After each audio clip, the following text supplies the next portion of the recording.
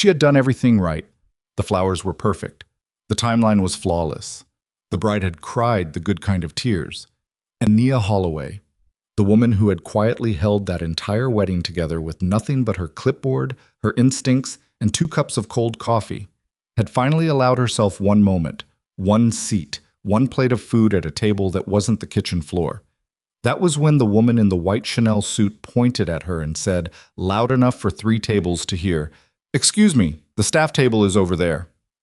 The ballroom didn't go quiet all at once. It happened in waves, table by table, as 300 of New York's wealthiest people turned to look at the curvy black woman in the corner who had just been told, in front of everyone, that she didn't belong. What happened next?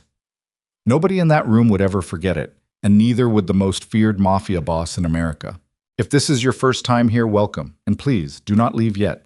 Hit that subscribe button and turn on notifications so you never miss a story like this one. And while you're watching, drop a comment and tell me what city or country you're watching from. I want to see exactly how far this story travels. Now let's get into part 1. Nia Holloway woke up at 4:30 that morning. Not because her alarm went off, but because her brain never really stopped working. She lay in bed for exactly 7 minutes, she counted, staring at the ceiling of her 1-bedroom apartment in Queens, mentally running through every single thing that could go wrong at the Castellano-Reeves wedding before deciding it was better to just get up and prevent it. She had been planning events for 11 years. She had started by helping her aunt coordinate church fundraisers in the Bronx, graduated to corporate luncheons, then charity galas, and now, somehow, against every odd that had been stacked against her, she was running the most high-profile private wedding New York had seen in nearly a decade. The Castellano family didn't do anything quietly. They did everything in a way that made other wealthy families feel ordinary, which meant the pressure on Nia's shoulders that morning was not metaphorical. It was the kind of pressure you could feel in your molars. She ironed her blazer twice, not because it needed it the second time, but because ironing required focus. And focus was the only thing keeping her anxiety from graduating into full panic. She had a team of 14 people counting on her.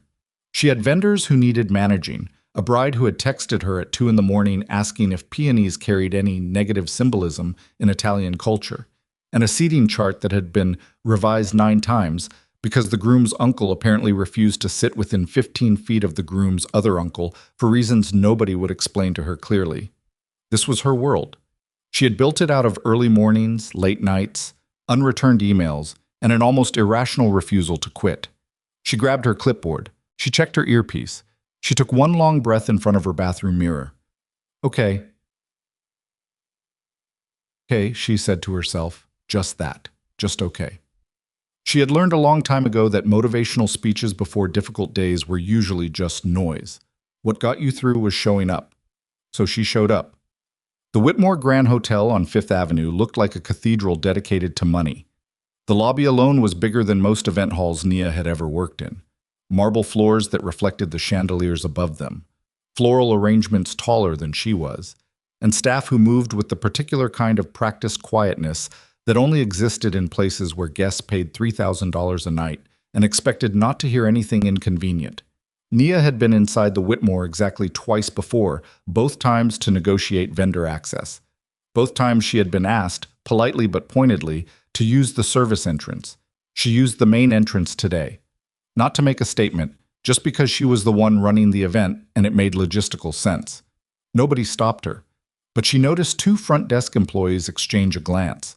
She was used to that. Her team was already assembled in the event corridor when she arrived.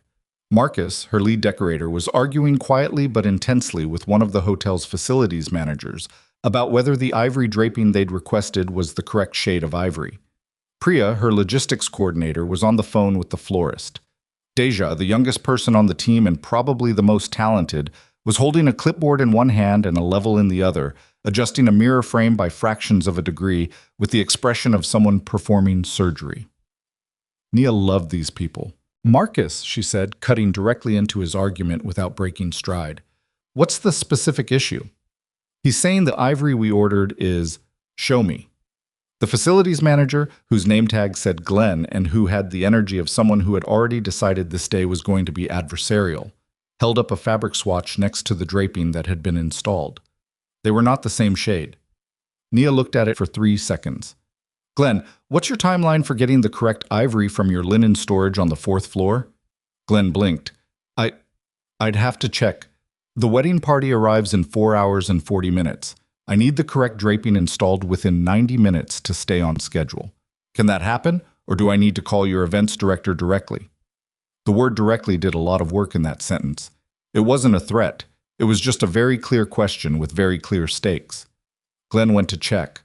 Marcus exhaled. How do you do that? Do what? That thing where you don't sound angry, but the other person is suddenly terrified. I'm not trying to terrify anyone, she said, already moving toward the florist situation. I'm just specific. The morning unfolded the way most wedding mornings unfolded, which is to say, it unfolded like a controlled explosion. Every time Nia solved one problem, another materialized. The ceremony officiant arrived an hour early and immediately began rearranging things that didn't need rearranging. One of the catering vendors was missing a signature on a final invoice and was refusing to begin setup until they had it. The bride's mother called Nia directly at 9:15 to ask whether the centerpiece candles were the right temperature of warm light, because she had read something online about how cold light made people look older in photographs, and she was very, very concerned. Nia found the signature. She redirected the officiant. She sent Deja to photograph the candles next to a white piece of paper so the lighting temperature could be verified visually, then texted the bride's mother the photo with the message. Warm candlelight confirmed. You're going to look stunning. She did not stop moving for 6 hours.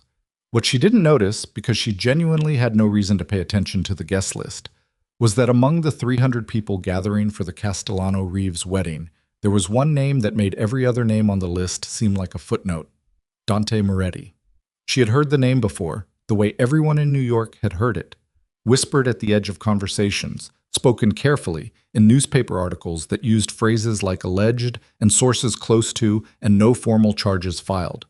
The Moretti name was the kind of name that existed in two worlds simultaneously, in the world of legitimate real estate, private investment, and hospitality ventures worth billions, and in the other world, the one everyone knew existed but nobody talked about openly, the one where debt was collected through fear and disagreements were resolved in ways that didn't involve lawyers. Dante Moretti had not become the head of one of the most powerful organized crime families in American history by being careless.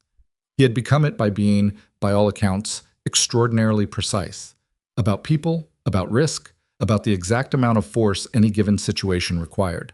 I was 46 years old, built like someone who still trained seriously and had never once in his adult life been soft, with dark eyes that people consistently described in interviews, years later, as the kind of eyes that made you feel like he already knew what you were going to say before you said it.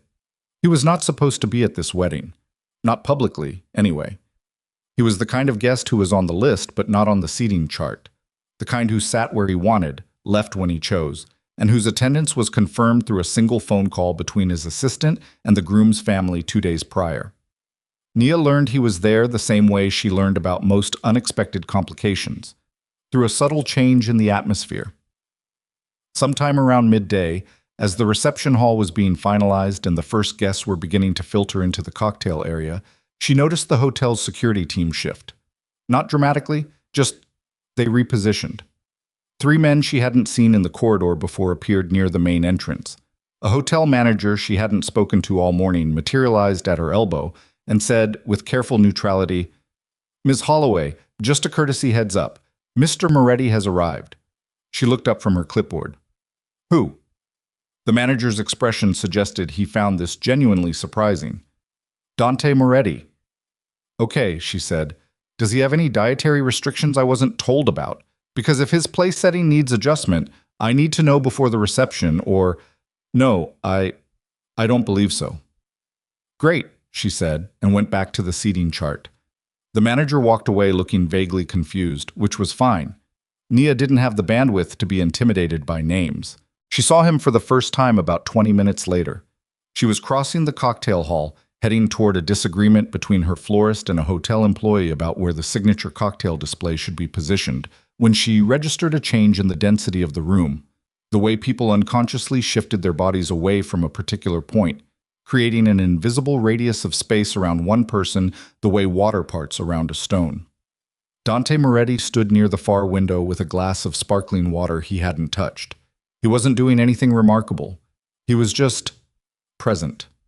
In the way that certain people are present in rooms in a way that's fundamentally different from everyone else. Like the room had recalibrated around him without anyone deciding to do it. He was looking at her. Not in the way men sometimes looked at her. The appraising look, the dismissive look, the barely concealed surprise that someone who looked like her was in charge of something that looked like this. He was looking at her the way she imagined he looked at most things, with the focused, dispassionate attention of someone cataloging information. She held his gaze for exactly 1 second, nodded in the professional acknowledgement she gave every guest, and kept walking. If that surprised him, she never knew it. The ceremony was, by any objective measure, flawless. The draping was the correct shade of ivory. The candles were the correct warmth of light. The flowers, peonies and white roses in arrangements that had taken Marcus's team 3 days to construct, were breathtaking. The officiant, once redirected, delivered words that made even the most stoic guests visibly affected. The bride cried the good kind of tears. The groom's voice broke once, in the exact right moment, and several women in the first 3 rows pressed their hands to their chests. Nia watched all of it from the back of the room, clipboard held loosely at her side, earpiece in, monitoring every detail, and feeling, despite herself, the particular kind of quiet satisfaction that came from watching something you built actually work. She was so focused on the ceremony that she almost missed what was happening 20 feet to her left. One of the newer members of her team, a young man named Carlos who had been hired 6 months ago and was still learning, had accidentally knocked over a cocktail tray. Not during the ceremony itself, thank God, but in the adjoining hallway where some of the catering staff were staging. The sound was muffled by the doors, but what wasn't muffled was the response of the Whitmore's head of catering, a man named Philip, who had the particular cruelty of someone who had spent years waiting for the authority to use it. Nia heard Philip's voice rising before she even turned around.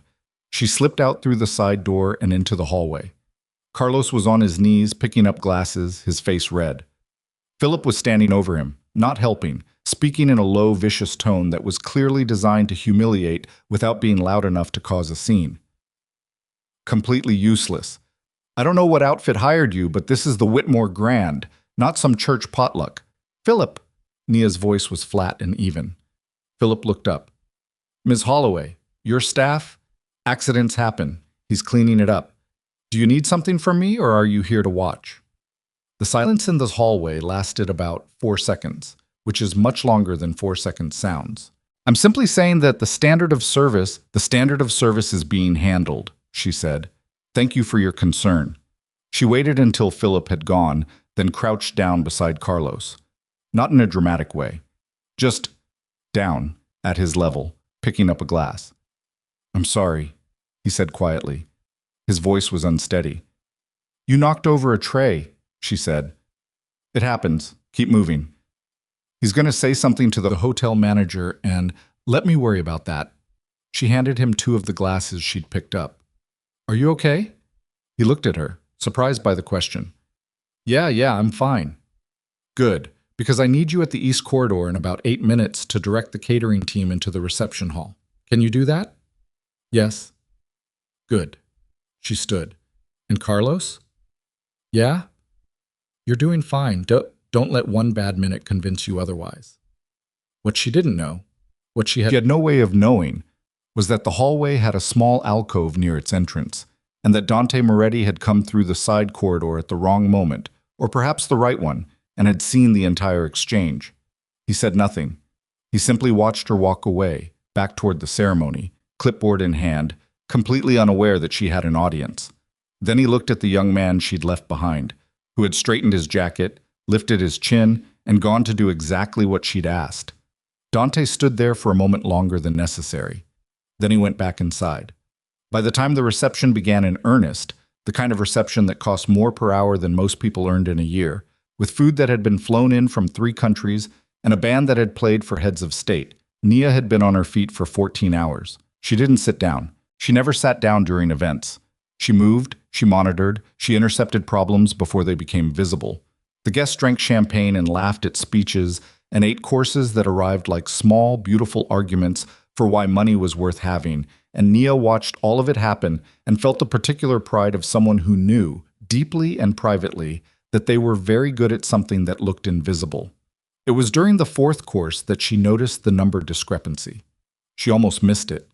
She wasn't supposed to be checking invoices during the dinner. That was morning work, pre-event work. But one of her vendors had flagged a payment inconsistency through the event management portal on her tablet, and she had been cross-referencing the figures during a quiet moment near the service corridor when she caught it. The floral vendor, not her florist, but the hotel's contracted floral vendor who had provided supplemental arrangements, had been paid twice. Not by accident, by design. The invoice numbers were nearly identical, the amounts were identical, but the recipient account numbers were slightly different. Someone had created a duplicate invoice and routed the second payment to a separate account. It wasn't her money. It wasn't even her contract. The Castellano family's financial team was responsible for vendor payments, but the fraud was being run through the event's vendor portal, which her company had been granted administrative access to for coordination purposes. And that meant her company's name was attached to the transaction history. She looked at the figures for a long time, then she quietly excused herself from the reception hall, called the Castellano family's head of finance, a woman named Helen, who answered on the second ring despite it being 9 in the evening, and laid out exactly what she had found, walking Helen through the account numbers, the invoice discrepancy, the routing difference, step by step.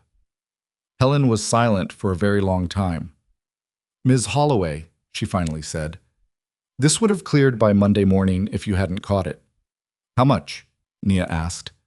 Another pause. "The full floral supplement contract, just under $400,000. Nia kept her voice level. "I'd recommend contacting your bank's fraud division tonight rather than waiting for business hours. The window to reverse the routing closes at—" "I know," Helen said quietly. "I know. Ms. Holloway. Thank you. Do you need me to forward the documentation?" "Please." Nia sent the screenshots. Then she put her tablet away, smoothed her blazer, and walked back into the reception to check on the dessert course. She didn't tell anyone on her team. She didn't look for credit. She filed it under problem solved and kept moving. What she didn't know was that the financial account attached to the duplicate invoice belonged to a shell company that had been systematically targeting 3 of Dante Moretti's hotel properties over the past 8 months.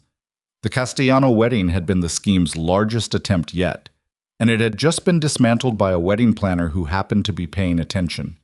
When Helen made a discreet call 20 minutes later, the name she mentioned was Nia Holloway, and the person on the other end of that call listened carefully. The dinner moved into its final hour. The band shifted from formal to loose, the way bands do when the night has turned the corner from ceremony into celebration. And people began standing and moving, and the noise level rose in the comfortable way that meant everyone was having a good time. Nia allowed herself, for the first time that day, to lean against a wall and breathe. Her feet hurt. This was the specific earned pain of 14-inch heels on marble floors for 14 straight hours. The kind of pain that becomes a background presence so constant you stop registering it consciously. Deja appeared at her elbow with a plate. "Eat something." Nia looked at the plate. "When did you—" "You haven't eaten since 6 this morning. I grabbed it from the staff table." Deja pressed it into her hands. "You can eat and monitor simultaneously. I've seen you do it." Nia smiled. She was too tired for full sentences. "Thank you." "There's a seat at the staff table. Marcus is already there." The staff table was not technically a staff table. It was the table at the far end of the room where the event team and some of the hotel's senior coordinating staff sat between rounds. It wasn't fancy. The tablecloth was white rather than ivory. The centerpiece was a single arrangement rather than 3, and the view was of the back of the band's equipment rather than the dance floor. But there was food, and there were chairs, and the feet of several dozen people who had been working since before sunrise were under it. Nia sat down. For the next 20 minutes, she ate. She checked in with her team through the earpiece. She reviewed the evening's final checklist. She allowed herself to be a human being in a chair. Marcus was describing a crisis involving the cake cutting that had apparently been averted through sheer force of personality when Nia became aware of a change in the room's energy, a specific kind of quiet that moved outward from one point like ripples. She looked up. Victoria Ashcroft had not been on Nia's radar during the planning process because Victoria had not been part of the Castellano or Reeves families or their immediate circles. She was what the social columns called a fixture of New York's elite, old money, the particular kind that had been old long enough to have opinions about everyone else's money, and she moved through rooms like she was conducting an inspection. She was perhaps 60, lean in the aggressive way of women who viewed their bodies as arguments, with the kind of posture that came from decades of being told she had an obligation to perform her own superiority. She was walking toward the staff table. Her expression suggested she had found something out of place and intended to correct it. She stopped directly beside Nia. "Excuse me," she said, her voice carried. Not because she was loud, it was the opposite. It was perfectly modulated to be heard by the tables nearest to them without seeming like it was intended to be heard. The social version of a weapon held at waist level, pointed casually. Nia looked up. "Yes?" "The staff table is lovely," Victoria said, with a smile like a paper cut. "But you do realize that the guests are seated on the other side of the room? The event staff table is where they've put you." The sentence landed in layers. First the apparent helpfulness, then the reclassification. Event staff. Not coordinator, not planner, not the person who has been running this event since before anyone here woke up this morning. Event staff. As in, beneath. The nearby tables had gone quiet. Not all of them, just the ones close enough to hear. Nia set her fork down. She looked at Victoria Ashcroft, really looked at her, the way she sometimes looked at problems she was assessing, and felt something move through her chest. Not anger, not hurt. Something older and more complicated than either. She recognized this moment. She had been in rooms like this before. She had been spoken to in this register before. The register that was designed to remind her, in front of witnesses, that someone had decided she didn't belong. She had been younger the first time it happened, and she had felt it differently then. The way it had gone through her like something cold, the way it had made her want to shrink. She didn't feel that now. What she felt now was a very clear, very quiet understanding of exactly what was happening and exactly what she was going to do about it. She picked up her napkin. She placed it beside her plate. She stood. Not quickly, not dramatically. She simply stood, the way you stand when you're finished with something, and she said, quietly enough that it was almost private, almost only for Victoria, "Thank you for letting me know." And then she walked away. Not toward the door, not out of the room. She walked across the reception hall with her back straight and her pace even, her clipboard under her arm, because she had a job to do, and the job didn't care about Victoria Ashcroft. The ballroom had gone quiet in that particular way, the wave of table by table noticing that moves through a room. When something has happened that everyone understands the weight of even if they couldn't explain it. And it was in that silence, as Nia moved through it without looking back, that the head of the staff table and several of the guests at the nearest dinner tables noticed something. A man had stood up from the head table. Not the groom, not the father of the bride, not any of the people who were supposed to be standing at this point in the evening. Dante Moretti had pushed back his chair from the most prestigious seat at the most prestigious table in the room. He had done it without announcement, without looking at anyone, without the kind of performance that would have made it theatrical. He had simply stood. Then he walked. Across the reception hall, past the band, past the edge of the dance floor, past the elaborate centerpieces and the crystal and the carefully arranged hierarchy of who sat where in this room. He carried his chair. He lifted it. The heavy, ornate chair from the head table, the chair that had been placed with intention and ceremony in the seat of honor. And he carried it through the ballroom in full view of 300 people, and he set it down at the staff table. Then he sat in it. 300 people watched the most feared mafia boss in America leave the highest seat in the room to sit at a table meant for people. Nobody at this party had looked at twice all evening. The band stopped playing. Nia turned around. She looked at Dante Moretti sitting at the staff table with the same dispassionate stillness he seemed to bring to every situation, and he looked back at her, and for a moment neither of them said anything. Marcus, seated 2 chairs away, was staring at his food with the expression of a man trying very hard not to react to anything. Nia walked back to the table. She sat down in her original chair. She picked up her fork. "You left your dinner," she said. Dante looked at her. His expression didn't change. "I wasn't hungry." The nearest tables had not resumed talking. Nia glanced around at the watching faces, then back at her plate, and decided that the best response to 300 people observing her was to eat her food because it was going to get cold and she had earned it. "This is the staff table," she said, not looking at him. "I'm aware. You don't work here." "Neither apparently did you deserve to be told where to sit," he said. The silence around them was absolute. Nia set her fork down again. She looked at him, the same direct assessing look she'd given him across the cocktail hall hours earlier. Up close, he was different than she'd expected. Not softer, but more specific. The coldness that everyone seemed to project onto him was there, but underneath it, or beside it, was something else. Something that looked, in the particular quiet of this moment, like very deliberate choice. "You didn't have to do that," she said. "I know," he said. "People are going to talk about this for months." "People," he said evenly, "talk about me regardless." From across the ballroom, Victoria Ashcroft was watching with an expression that had moved past offense into something closer to disbelief. The band started playing again. Slowly, conversation resumed, the uneven, uncertain resumption of people who had just witnessed something they were still processing. The room filled back up with noise, with movement, with the sounds of a wedding night continuing. But something had changed. Something in the room's geometry had shifted. In the way that happens when one action by one person makes everyone else reconsider the rules they had assumed were permanent. Nia Holloway sat at the staff table with a Mafia Boss beside her and finished her dinner. She still had work to do. The evening wasn't over. There were final details to manage, vendors to sign off with, a timeline to close out, a team to debrief. There was no version of this night where Nia got to simply sit and absorb the magnitude of what had just happened, because her job didn't have a pause button. But for a moment, just that one moment in the strange new quiet of that evening, she allowed herself to notice that she didn't feel cold anymore.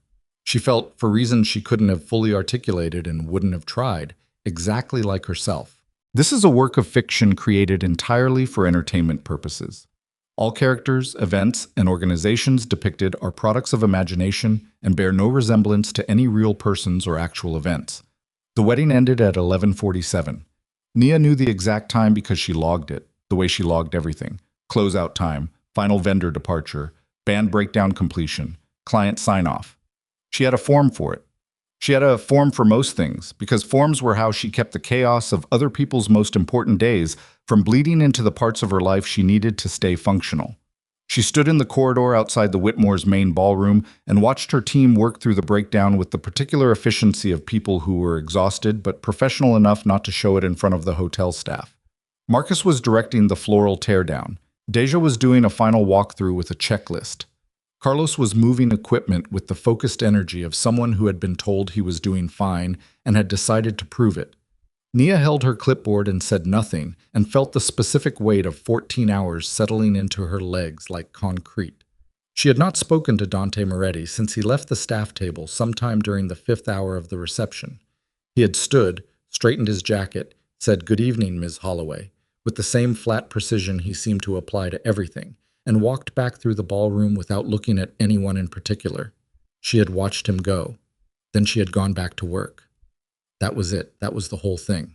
Except it wasn't, because she had spent the last 3 hours fielding looks from every direction. The curious ones, the approving ones, the ones that were harder to read and probably didn't mean anything good. The bride's mother had touched her arm during the final hour and said, with genuine warmth, "You handled yourself beautifully tonight, Nia." 3 of the guests near the staff table had applauded quietly when the band resumed. One man she didn't recognize had simply nodded at her from across the room with the kind of nod that meant something, though she couldn't have said exactly what. Victoria Ashcroft had left before the cake was cut. Nia had noted that too. She was reviewing the final vendor checklist when her phone buzzed. Unknown number. She almost didn't answer it. She had a rule about unknown numbers after events, because they were usually drunk guests who had left something behind and wanted it retrieved immediately. But something made her slide the answer icon. "Ms. Holloway." The voice was male, measured, with an accent she couldn't immediately place, professional in the way that assistants to powerful people were professional, calm, not because nothing was happening, but because they were paid to sound calm regardless. "My name is Adrian Selke. I'm calling on behalf of Mr. Moretti." She stopped walking. "Okay, Mr. Moretti would like to express his appreciation for the work this evening. A pause. And for the other matter, he was made aware of the vendor situation by the Castellano family's financial team. Nia said nothing for a moment. Then, I was just doing my job. Yes. Another pause, and something in the words suggested that Adrian Selke found this response either refreshing or puzzling. He'd like to discuss a potential business opportunity at your earliest convenience, if you're open to it. What kind of business opportunity? He has several hotel properties that hold regular private events. He's looking for a coordinating firm for the full calendar year. Nia looked at the corridor wall. She did the math quickly. Several Moretti properties, full year, the kind of event she imagined Dante Moretti hosted. And the number that emerged was not a small one. Send me the details in writing, she said. I'll review them and get back to you within 48 hours. A brief silence. Of course.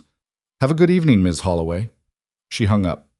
She stood there for another moment, and then she went back to the checklist. She didn't tell her team. She didn't call her business partner, Renata, even though Renata would have lost her mind at the news in the best possible way. She just filed it under pending and finished the job she was already doing because there was a principle she had learned early and held tightly. Never let a new opportunity distract you from the obligation you're already inside.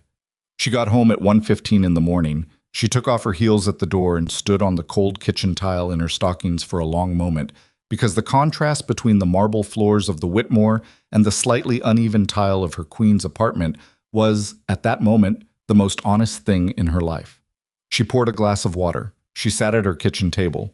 She thought about Dante Moretti carrying a chair across a ballroom. Then she went to sleep. She called Renata the next morning. Renata Voss had been Nia's business partner for 6 years, her friend for 11, and the person who had co-signed the lease on their first office space in a building that technically violated 3 fire codes. She was white, Puerto Rican on her mother's side, built like a former dancer who had made peace with the word former, and she had the specific combination of financial pragmatism and emotional ferocity that made her the perfect counterweight to Nia's instinct to do everything quietly and alone. She answered on the first ring. I already heard. Nia set her coffee cup down. Heard what? The wedding, Victoria Ashcroft, the chair thing. A pause. Nia, the chair thing. It wasn't. Marcus texted me at midnight. He used 5 exclamation points. Marcus does not use exclamation points. Nia rubbed her face. It's being over-discussed. A billionaire mob boss carried a chair across a room because someone was rude to you. That is not a thing that happens. That is a thing that happens in a movie about a thing that doesn't actually happen. He's a legitimate businessman who has Nia. He has legitimate real estate holdings and hospitality. Nia, stop. She stopped. His people called you, didn't they? Renata said. Last night. Of course they did. Renata's voice shifted, less incredulous, more focused. This was the version of Renata that could read a contract in 20 minutes and find the problem on page 14. What did they offer?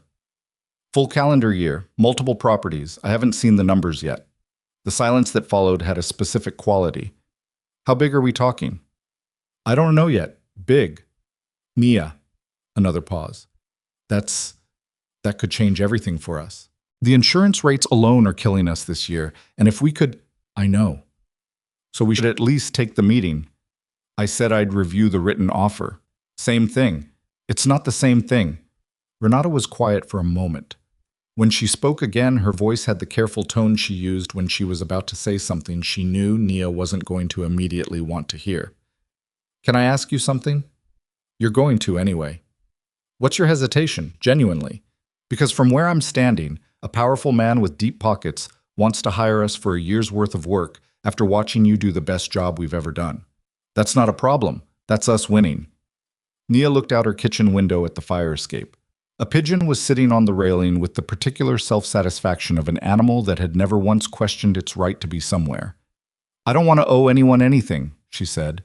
It's a business contract. It's not a favor. With Dante Moretti, I'm not sure those two things are always different. Another silence. Then Renata said quietly, Fair. They agreed to review the written details together when they arrived. Nia hung up and finished her coffee and tried not to think too hard about the fact that she had already made up her mind to take the meeting. The written offer arrived by courier, not email. Courier. A sealed envelope delivered to the office by a man in a dark coat who didn't speak beyond confirming her name. Renata held the envelope for a moment after the man left, looking at it with the expression of someone who had received a certified letter from a government agency. A courier, Renata said. I see it. Who uses couriers? People who want to make a point, Nia said, and opened it. The offer was detailed, clear, and extraordinary. 3 Moretti-owned hotel properties: the Harrington in Manhattan, the Cavalcante in Chicago, the Aldos in Miami, for an annual exclusive coordinating contract covering private events, corporate functions, and 2 major charity galas. The fee structure was formatted with the kind of precision that suggested the lawyers who wrote it were used to working fast and billing accordingly.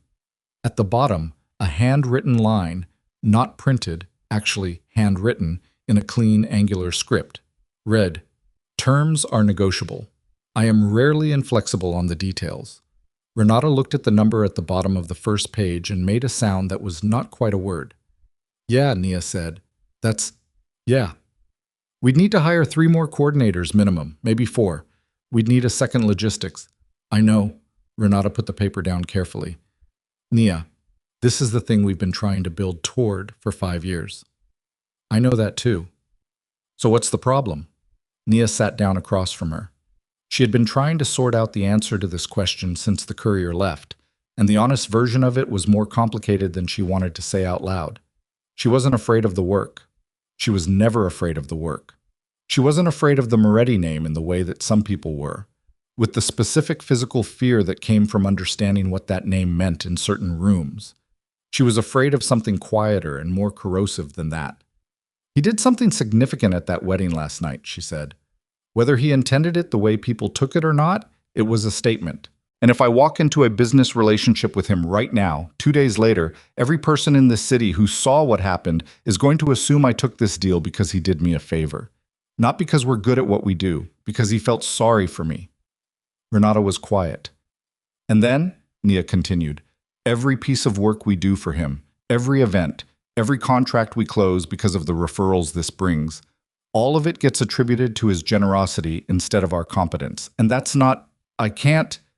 She stopped, started again. I have spent 11 years making sure that nobody can look at what I've built and say it was given to me. Renata was looking at her with the expression she wore when she agreed with someone and was annoyed about it. So we wait. We respond professionally. We say we're reviewing the terms and we'll be in touch. Nia picked up the offer and tapped the edge against the table. And we wait long enough that nobody in this city can draw a straight line between last night and this contract. How long? Minimum 3 weeks. Renata sighed the long, resigned sigh of someone whose financial pragmatism was losing a fight to her friend's integrity and had accepted this as a recurring condition of the relationship. Fine, 3 weeks. Thank you. You know he's going to reach out again before then. Probably. And when he does? Nia set the offer down. Then we'll see what kind of man he actually is. Because the ones who respect what you're doing, wait. The ones who just want control push. Renata looked at her for a moment. You've thought about this more than you're letting on. I've thought about it the appropriate amount. Nia, put the offer in the drawer. Let's talk about the Morrison event Friday. Renata put the offer in the drawer. They talked about the Morrison event, but she watched Nia for the rest of that morning with the knowing attention of someone who understood that the appropriate amount of thought, in Nia's case, usually meant quite a lot more than that. Dante Moretti did not reach out in the first week. He reached out on day 4. Not through Adrian Selke. Through a different channel entirely, a message forwarded from the Harrington's events director, a woman named Claire who had apparently been instructed to make contact with complete casualness, as though it were a routine inquiry rather than a follow-up on a standing offer.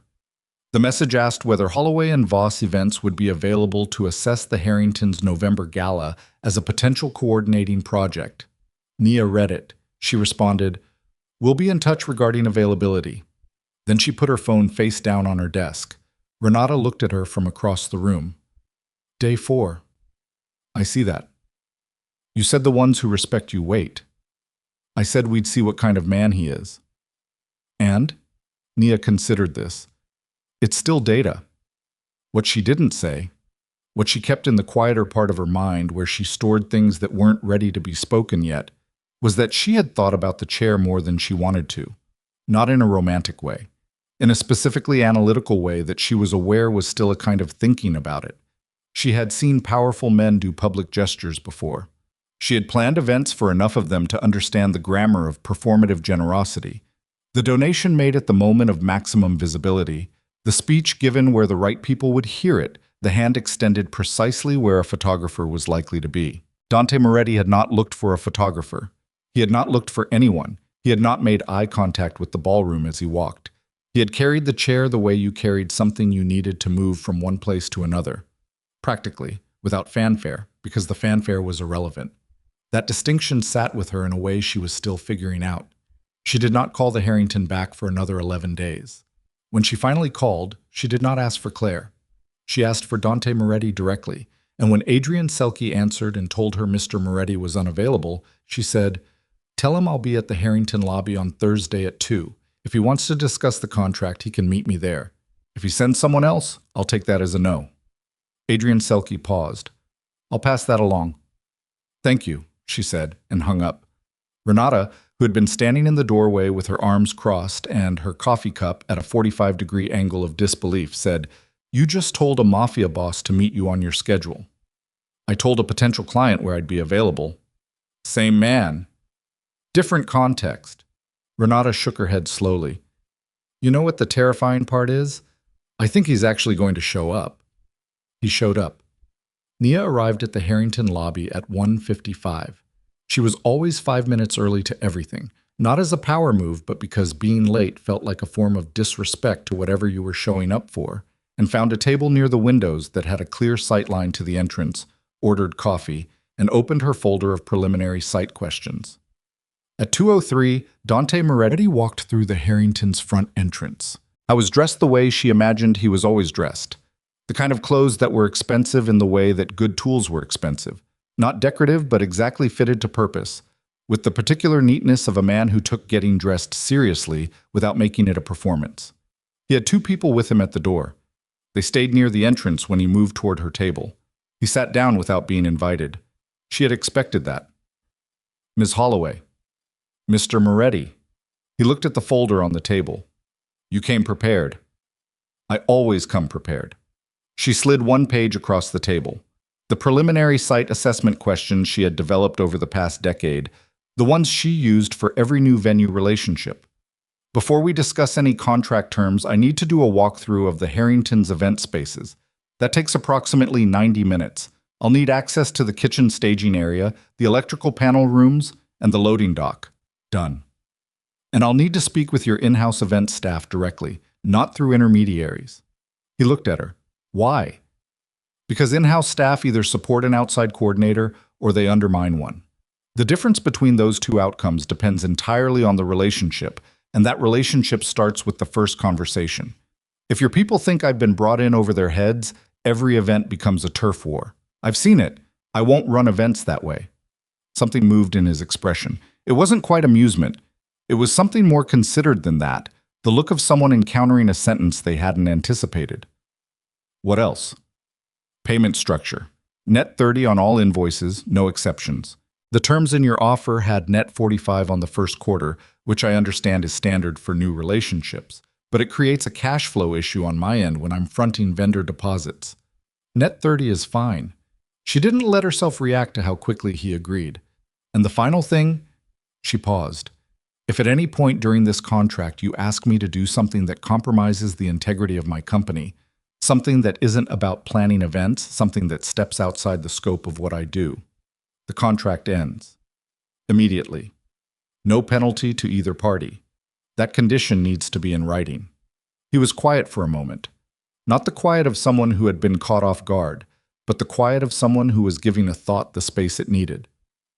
"You think I'm going to ask you to do something you shouldn't.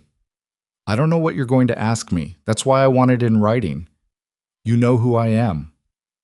"I know your name," she said. "I know your reputation. I also know that you run 3 hotel properties that hold legitimate events for paying clients, and that's what you're hiring me for. The other things you're involved in are not my business, and I intend to keep it that way." She looked at him directly. Is that going to be a problem? The lobby was quiet around them. Somewhere near the front desk, a phone rang twice and stopped. No, he said. Good. He picked up the site assessment page and actually read it, line by line, with the kind of attention that most people reserve for contracts worth millions rather than a checklist of loading dock specifications. She watched him do it. He read slowly enough to absorb it, but quickly enough that he was genuinely processing rather than performing. When he set it down, he said, "The kitchen staging area is shared between two event floors. There's a workflow conflict on major event nights that our current coordinator hasn't solved." What's the conflict? Hot service for the upper floor has to pass through the same corridor as cold setup for the lower floor. On high-volume nights, it creates a bottleneck that delays service by an average of 12 minutes. Nia pulled her pen, made a note. Is the corridor width fixed, or is there flexibility in how the staging is arranged? Fixed, load-bearing wall. Do you have a floor plan of the staging area? He reached into the inside pocket of his jacket and produced a folded piece of paper. He passed it to her. It was a detailed floor plan of the kitchen, staging, and corridor configuration, handwritten annotations in the margins in the same angular script she recognized from the bottom of his offer letter. She looked at it. Then she looked at him. "You came prepared too," she said. "I always come prepared," he said. It was the first time she heard him use her own words back at her. She filed that away. The walkthrough took 2 hours instead of 90 minutes. Dante led it personally, which was not what she had expected. She had expected Claire, the events director, or possibly a senior facilities manager. Instead, she got Dante Moretti walking her through his hotel's back corridors and service infrastructure with the thoroughness of a man who knew exactly where everything was and why. He knew the names of every staff member they encountered, not in the performative way of a boss who had been coached to remember names, in the specific, detailed way of someone who paid attention to the people around him as a matter of course. He knew that the head of housekeeping on the event floor had a son in college. He knew that the loading dock supervisor had been trying to get a drainage issue resolved for 6 months. He spoke to each of them directly, asked questions that weren't rhetorical, and listened to the answers. Nia watched all of this and said nothing about it. What she was also watching during the walkthrough was the in-house events staff. 3 of them, Claire and 2 coordinators named Jamie and Prez, joined at the elevator banks for the second half of the tour, and Nia had been right about the dynamic. Claire was professionally neutral, which meant she was watching Nia the way you watch someone who had come to assess whether your job was going to be restructured. Jamie had the body language of someone who had opinions they'd been told not to express. Press was harder to read. During a pause in the walkthrough, while Dante was speaking with the loading dock supervisor, Nia turned to Jamie. "How many major events have you run here in the last year?" Jamie blinked, caught off guard by being addressed. 4 major, maybe 8 mid-size." "What was the biggest operational headache?" Another pause. Jamie glanced at Claire, who gave nothing. Then, tentatively, "The kitchen corridor thing he mentioned. On the gala in March, service was so backed up that the third course hit some tables almost 20 minutes late. One of the guests complained directly to Mr. Moretti. What fix did you try?" "We staged cold service earlier, but then some of it was sitting too long and—" "Was there a staging area on the lower floor that could absorb additional cold prep, even temporarily?" Jamie thought about it. "There's a supply room off the lower kitchen. It's used for storage, but on event nights it's mostly empty." "Can it be temperature controlled?" "It already is. It's a wine storage adjacent." Nia made a note. "Okay, that's potentially workable." Jamie stared at her. "You figured that out in 40 seconds. "You already knew the problem," Nia said. "I just asked you a question about it." She looked at him directly. "I'm not here to replace what works. I'm here to coordinate the things that are falling through gaps. If you've got solutions you haven't been able to implement, I want to hear them." Jamie's posture changed in the way she recognized the specific physical loosening of someone whose defenses have just been made unnecessary. Claire was watching this exchange. Her expression had shifted slightly. Still careful, but with something more open underneath it. Dante returned from the loading dock. He looked at the 3 of them together with the brief, assessing glance of someone who noticed things without always acknowledging them. "Everything useful?" "Very," Nia said. "I have what I need for the initial assessment." They ended up back in the lobby. The two men who had been stationed near the entrance had not moved. Nia collected her folder and her notes and organized them with the same deliberate efficiency she applied to everything. "I'll have a revised contract proposal back to you by end of week," she said. "My team will incorporate our terms and the Net 30 structure. If everything's aligned, we can talk about a start date for the first Harrington event." Dante nodded. "Fine." She picked up her bag. She was about to say goodbye in the professional, conclusive way she ended every business meeting when he said, without particular inflection, "You didn't ask me why I called the Harrington before the 3 weeks were up." She stopped, looked at him. "I noticed." "And?" "And I decided it was more useful to see what you'd do than to ask about it." He looked at her with that particular stillness that she had been trying to decode since the wedding. The one that wasn't coldness exactly, but was something equally hard to get underneath. "I wanted to know if you'd call me on it." "I did." "You came on your own schedule." "I come on my schedule," she said simply. "I don't adjust my timeline because someone is impatient." The lobby was very quiet. "I know," he said. "That's why I'm still interested in the contract." She held his gaze for a moment. Then she said, "End of week," and walked out. She was halfway down Fifth Avenue when her phone rang. "Renata." "How'd it go?" "We're moving forward." Nia stopped at a crosswalk. The October wind was doing things to her hair that she couldn't currently address. "He knows his properties. He knows his staff. He came with a floor plan." "A floor plan?" "Of the kitchen staging area, with handwritten annotations." Silence. Then, "Okay, I need you to listen to me very carefully right now. Renata, I am your business partner and your friend, and I need you to hear me when I tell you that a man who shows up to a business meeting with a handwritten floor plan is a man who did homework. Who does homework for a meeting like this? People who actually want the thing to work. Or people who are very controlled about projecting competence. Could be both. Could be. Nia." Renata's voice was careful. "Be careful." "I'm always careful." "No, you're always competent. Those are different things." Nia stood at the corner of 5th and 53rd and thought about that. The light changed. She crossed. "End of week," she said. "Draft proposal. Let's make sure the language on the scope of work clause is airtight." "Already on it," Renata said. The contract was signed on a Tuesday afternoon in November, 6 weeks after the Castellano-Reeves wedding. No ceremony about it, no lunch, no handshake photo, no celebration. Nia signed, Dante signed through his representative, and the contracts were exchanged through their respective lawyers. That evening, Nia sat in the office alone after Renata left and looked at the signed document for a while. She thought about her father, who had worked maintenance at a hotel on the East Side for 22 years and been told, politely, twice, that he wasn't quite the right fit for the supervisor position he'd applied for. She thought about her mother, who had done alterations from the dining room table for a decade before she could afford a real sewing room. She thought about all of the people in her life who had worked twice as hard as everyone around them and been given half the room. She thought about a chair being carried across a ballroom. Then she put the contract in the file folder, labeled it with the date, and went home. The first Harrington event was scheduled for January 15th, a private birthday gala for a client whose name Nia recognized from financial news coverage, a hedge fund founder named Gerald Ashcroft, with a guest list of 200 and an event budget that made the Castellano wedding look modest. She noted the last name, filed it. She found out about the connection 4 days before the event. Gerald Ashcroft was Victoria Ashcroft's husband. She was sitting at her desk doing final vendor confirmations when Deja came in with a look on her face that was specifically the look of someone who had discovered something they were not sure how to deliver. Deja handed her a printed page, the client's full profile, pulled from the Harrington's guest management system, and pointed at the family line. Nia read it. Gerald Ashcroft, married to Victoria Elaine Ashcroft, née Caldwell. She set the page down. She picked up her pen. She tapped it twice against the desk. "Do you want me to?" Deja started. "No," Nia said. "We do the event." "She's going to be there.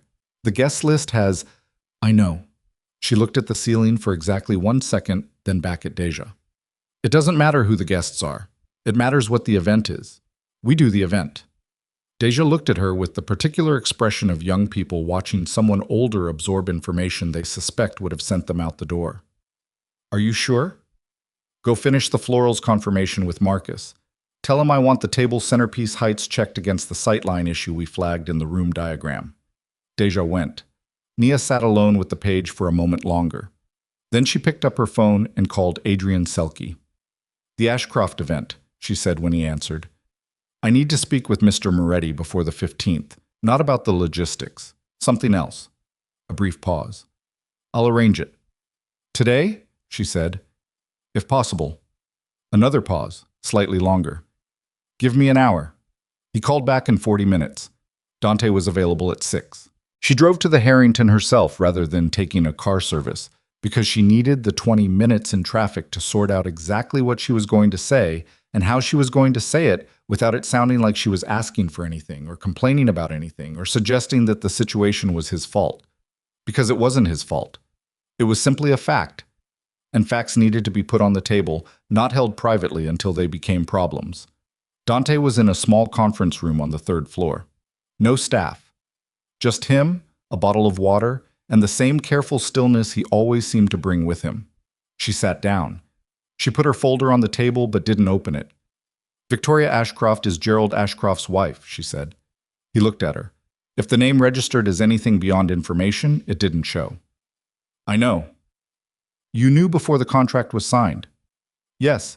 She held that for a moment. And you didn't tell me. No. He said it without apology. Not defiantly, just plainly, in the tone of someone acknowledging a fact about themselves. I wanted to see if you'd find out, and what you'd do when you did. The room was very still. That, Nia said carefully, is not how I operate.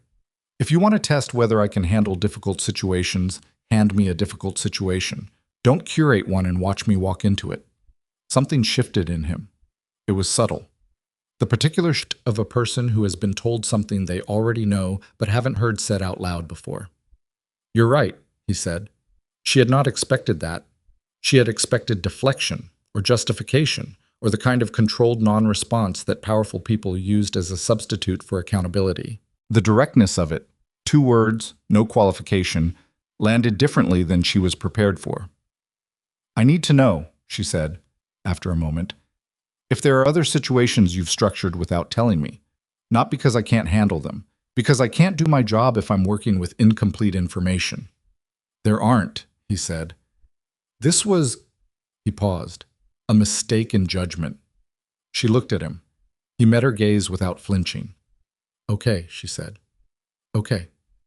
The event goes forward. Victoria Ashcroft being in the room is irrelevant to the quality of the work. But if something like this happens again, it won't. She picked up her folder. Then I'll see you at the Harrington on the 15th. She was at the door when he said, You're not going to ask me why. She stopped, turned slightly. Why what? Why I wanted to see what you'd do. She thought about it. The honest answer was that she already knew, or suspected she did, and the knowing made her more uncomfortable than the not knowing had. Because a man like Dante Moretti, who had spent his entire adult life surrounded by people performing loyalty and competence, watching to see if someone would perform it, or just be it, that was a different kind of attention than she knew what to do with. No, she said. Not tonight. She left.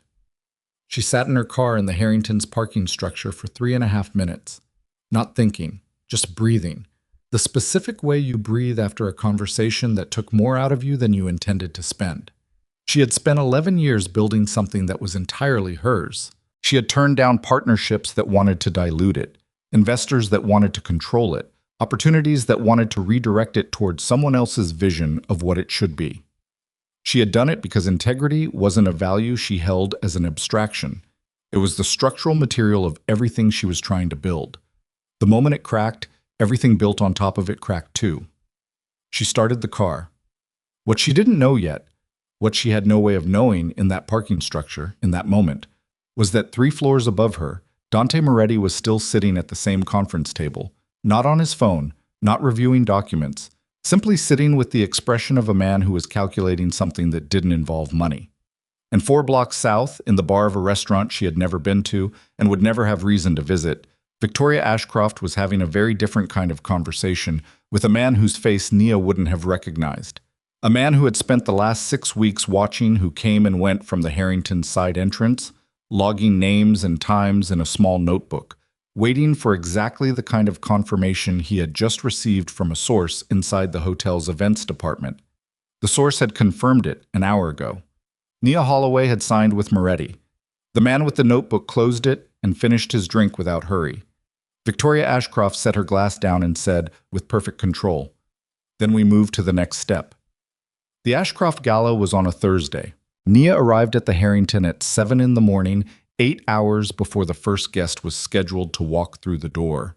Because 8 hours was what a room like this required, if you wanted it to be right rather than just acceptable. She had learned early that the difference between right and acceptable was almost always invisible to guests and almost always visible to everyone who worked in the room. She cared about the invisible difference. She had always cared about it more than was strictly necessary for survival, and she had long since made peace with the fact that this was simply who she was. Marcus had his team in the ballroom by 7:15. The florals for the Ashcroft Gala were more dramatic than anything they'd done at the Harrington before. Deep burgundy and ivory in towering arrangements that Gerald Ashcroft's personal assistant had specified with the kind of detail that suggested someone on the family's staff had strong opinions and the authority to enforce them. Nia had worked with the specification without comment. The flowers were beautiful. The flowers were not the point. Deja was at the kitchen staging area by 7:30, working with Jamie to implement the revised workflow that Nia had mapped out 3 weeks earlier, the one that used the lower kitchen's wine storage adjacent as a secondary cold prep station, staggering the service elevator schedule by 8 minutes to eliminate the corridor bottleneck. It was not a complicated fix. It was just a fix that required someone to sit down with both floors' timelines at the same time and pay attention to where they overlapped, which apparently nobody had done before. Jamie had been the one to email her last week. Not about the logistics, just a brief message that said, "The cold prep staging is set up the way you mapped it. Wanted you to know it's going to work." J. She had read it twice and then written back, "Good work. See you Thursday." She moved through the Harrington's event floors that morning, the way she moved through every event space on the day of, methodically, with the specific attention of someone whose job was to find problems before they found her. She checked the centerpiece heights against the sightline diagram. She walked the service corridors with a stopwatch. She reviewed the dietary accommodation list against the place settings 3 times, because dietary accommodations were the category of detail most likely to be correct on paper and wrong in execution. At 10:15, Claire, the Harrington's events director, found her in the upper ballroom adjusting a chair alignment and said, with a tone that was carefully neutral, "Mr. Ashcroft's personal assistant called. He wanted to confirm that Mrs. Ashcroft's preferred seating arrangement has been accommodated." Nia straightened. "It was in the specification document. She's at the primary host table, 3rd seat from the center, with the sight line to the entrance she requested. She also asked that the event coordinator be introduced to her personally before the guests arrive." Nia looked at Claire. Claire looked back at her with the expression of someone delivering information they found awkward but were too professional to editorialize about. "Fine," Nia said. "What time?" "She'll arrive at 5. "I'll be available at 5. Claire left. Nia went back to the chair. She was not afraid of Victoria Ashcroft. She had established this fact in her own mind clearly and returned to it now, not as reassurance, but as information. Fear was useful when it was proportionate to an actual threat. Victoria Ashcroft was not a threat to Nia's physical safety. She was a woman with social influence and a particular set of opinions about who belonged where, and those opinions had been expressed once in a ballroom and had not destroyed Nia then. They would not destroy her now. What Nia was, if she was being precise about it, was tired. Not physically tired. The morning's work was demanding, but within normal parameters. The specific tiredness she was carrying was older than this event, older than the Moretti contract. It was the tiredness of a decade of walking into rooms where someone, at some point, was going to notice that she was black and plus-size and self-made in a context that expected its women to be otherwise, and was going to decide, consciously or not, that those facts said something about whether she belonged.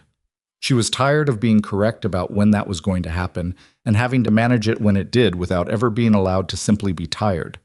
She ate a sandwich at noon. She drank 2 cups of coffee. She did not sit down.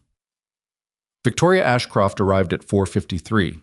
Nia knew at the moment the energy in the lobby shifted, not because she could see the entrance from where she was, but because Claire appeared at her elbow with the particular speed of someone who had been watching for a cue. "She's here." They went down together. Victoria Ashcroft in the Harrington lobby was a different category of presence than Victoria Ashcroft in a wedding ballroom. In her own territory, adjacent to it, at minimum, she moved with the specific authority of someone who had never had to think about whether she was welcome. She was wearing deep navy, minimal jewelry, with the overall presentation of a woman who understood that restraint was the most aggressive form of elegance available to her. She saw Nia. Her expression didn't change. That was the tell. The specific absence of change that meant she had prepared for this, had known Nia would be here, had decided in advance what her face would do. "Ms. Holloway," she said. "Mrs. Ashcroft." Nia extended her hand. "Welcome to the Harrington. I'm coordinating tonight's event for your husband. Is there anything specific you'd like to review before guests arrive?" Victoria shook her hand. It was brief, correct, bloodless. "The seating arrangement," she said. "I want to review it personally." "Of course. I'll walk you through it." For the next 35 minutes, Nia walked Victoria Ashcroft through the event setup, the seating chart, the centerpiece arrangement, the service timeline, the menu presentation. She answered every question directly and completely. She did not volunteer anything beyond what was asked. She did not give Victoria an opening to make the evening about anything other than the event. Victoria took the tour with the focused attention of someone looking for a flaw. She didn't find one. Nia had made sure of that. At 5:28, Victoria said, "The floral arrangement at my seat obscures the entrance sightline." Nia looked at it. It did not. The arrangement height had been calibrated precisely to the sightline request in the specification document, and from Victoria's designated seat, the entrance was fully visible. "From your seat," Nia said evenly, "the arrangement should clear the sightline. Would you like to take the seat and verify?" Victoria looked at her. Something moved behind her eyes. Not anger exactly. Assessment. "Yes," she said. They walked to the table. Victoria sat down. She looked toward the entrance. From that seat, with those arrangement heights, the entrance was unobstructed. A long silence.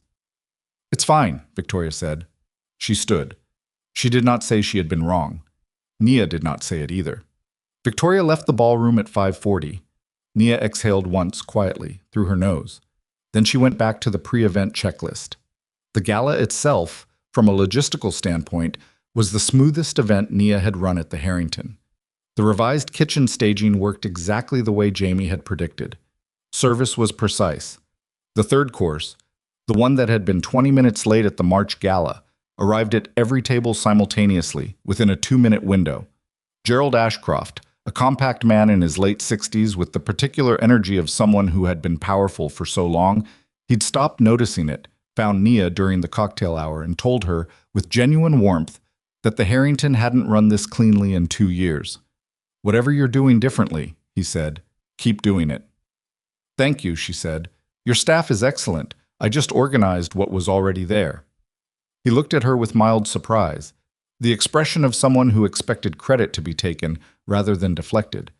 And then something warmer moved through his face. "Gerald Ashcroft," he said, as if reintroducing himself.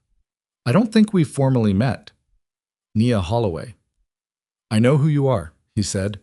He said it the way people said things that had subtext, but the subtext in this case seemed to be simply, "I've been paying attention," not as a threat, as a statement of fact. "Good work, Ms. Holloway." He moved on. She filed the interaction under neutral positive and kept moving. Victoria Ashcroft did not approach her again during the event. Nia was aware of where Victoria was in the room, the way she was aware of all high-attention elements during events, peripherally, constantly, with the background monitoring that was simply part of how she worked. Victoria drank white wine, spoke to guests with practiced animation, and did not look at Nia directly for the remainder of the evening. The gala ended at 11. The breakdown was efficient. By 1 in the morning, Nia was in a car heading back to Queens with her folder and a post-event report half-drafted on her tablet. She felt, not good exactly, but intact, which was sometimes what passed for good. She did not know that while she had been managing the Ashcroft Gala with the same professionalism she brought to everything, someone had been in her office. She found out 9 days later. It started with a phone call from a journalist named Paul Emery, who wrote for a financial news outlet that covered New York's luxury and hospitality sectors. He called the Holloway and Voss office number at 9:15 on a Wednesday morning and asked for Nia directly. When Renata asked what it was regarding, he said he was working on a story about vendor fraud in the luxury events industry and wanted to comment from Ms. Holloway. Renata put him on hold and came to Nia's office door. Journalist, Financial Beat, says it's about vendor fraud. Nia looked up. Name? Paul Emery, the 11th Avenue Review. She knew the publication. Credible, moderately influential in the industry, the kind of coverage that the people she worked for paid attention to. I'll take it. She picked up the phone. This is Nia Holloway. Ms. Holloway, thank you for taking my call. Paul Emery had the voice of someone who had practiced sounding unhurried to put people at ease during conversations they should probably be more guarded in. I'm working on a piece about vendor fraud in the luxury events sector, specifically around invoice duplication schemes. I've been looking at several incidents over the past 18 months, and your name has come up in relation to one of them. She was very still. What do you mean my name has come up? We've received documentation suggesting that your company was involved in facilitating a payment routing scheme at the Castellano Reeves wedding at the Whitmore Grand in October. Specifically, that your company's administrative access to the vendor payment portal was used to create and route a duplicate invoice. The sentence took approximately 3 seconds to register in full. I'm sorry, she said. I need you to repeat that. He did. Same words, same careful, neutral delivery. Nia's hand on the phone was perfectly steady. Her voice, when she responded, was equally steady.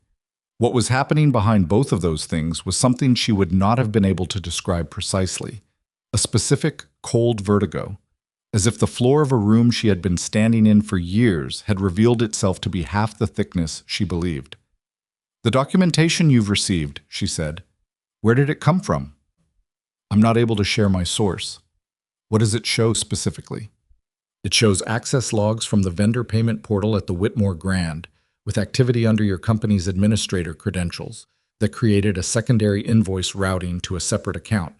The timestamps show the access occurring during the reception. She closed her eyes for 1 second, then she opened them.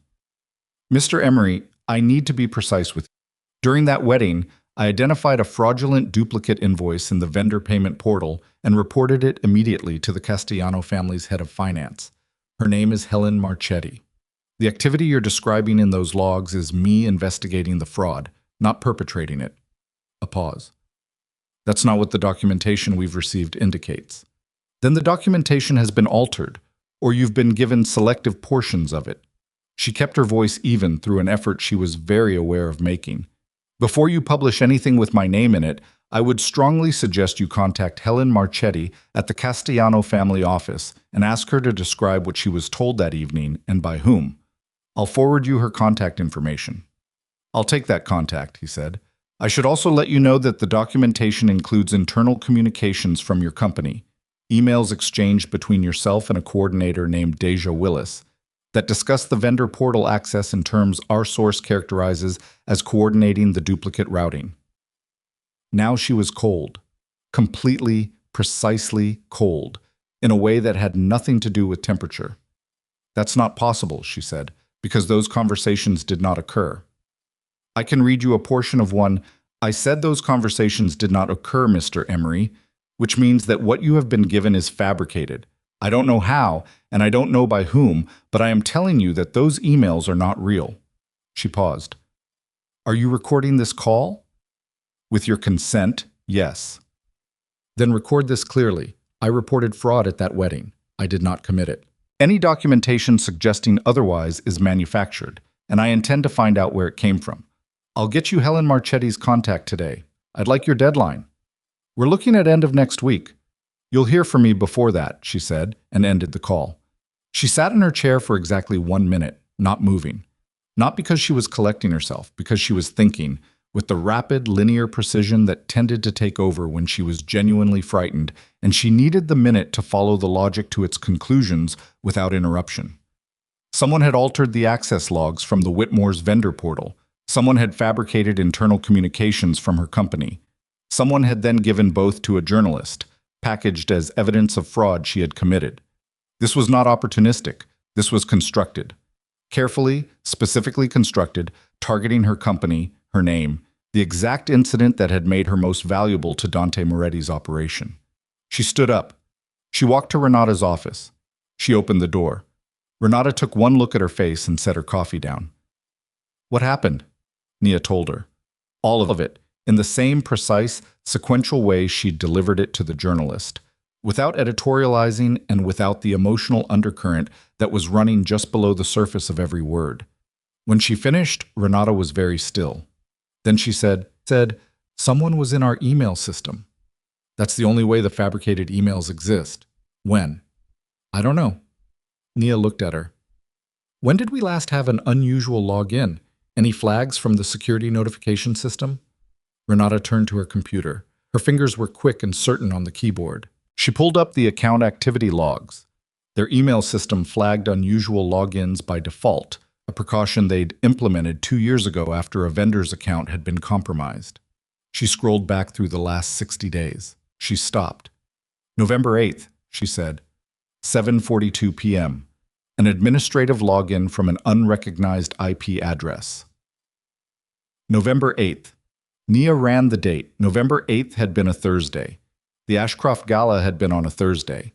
She had been at the Harrington from 7 in the morning until 1 the next morning. The office had been empty. "Someone came in while you were at the Ashcroft event," Renata said. The realization was in her voice before she'd finished the sentence.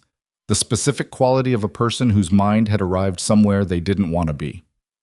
Or accessed it remotely through a compromised login, which... She looked at the log again.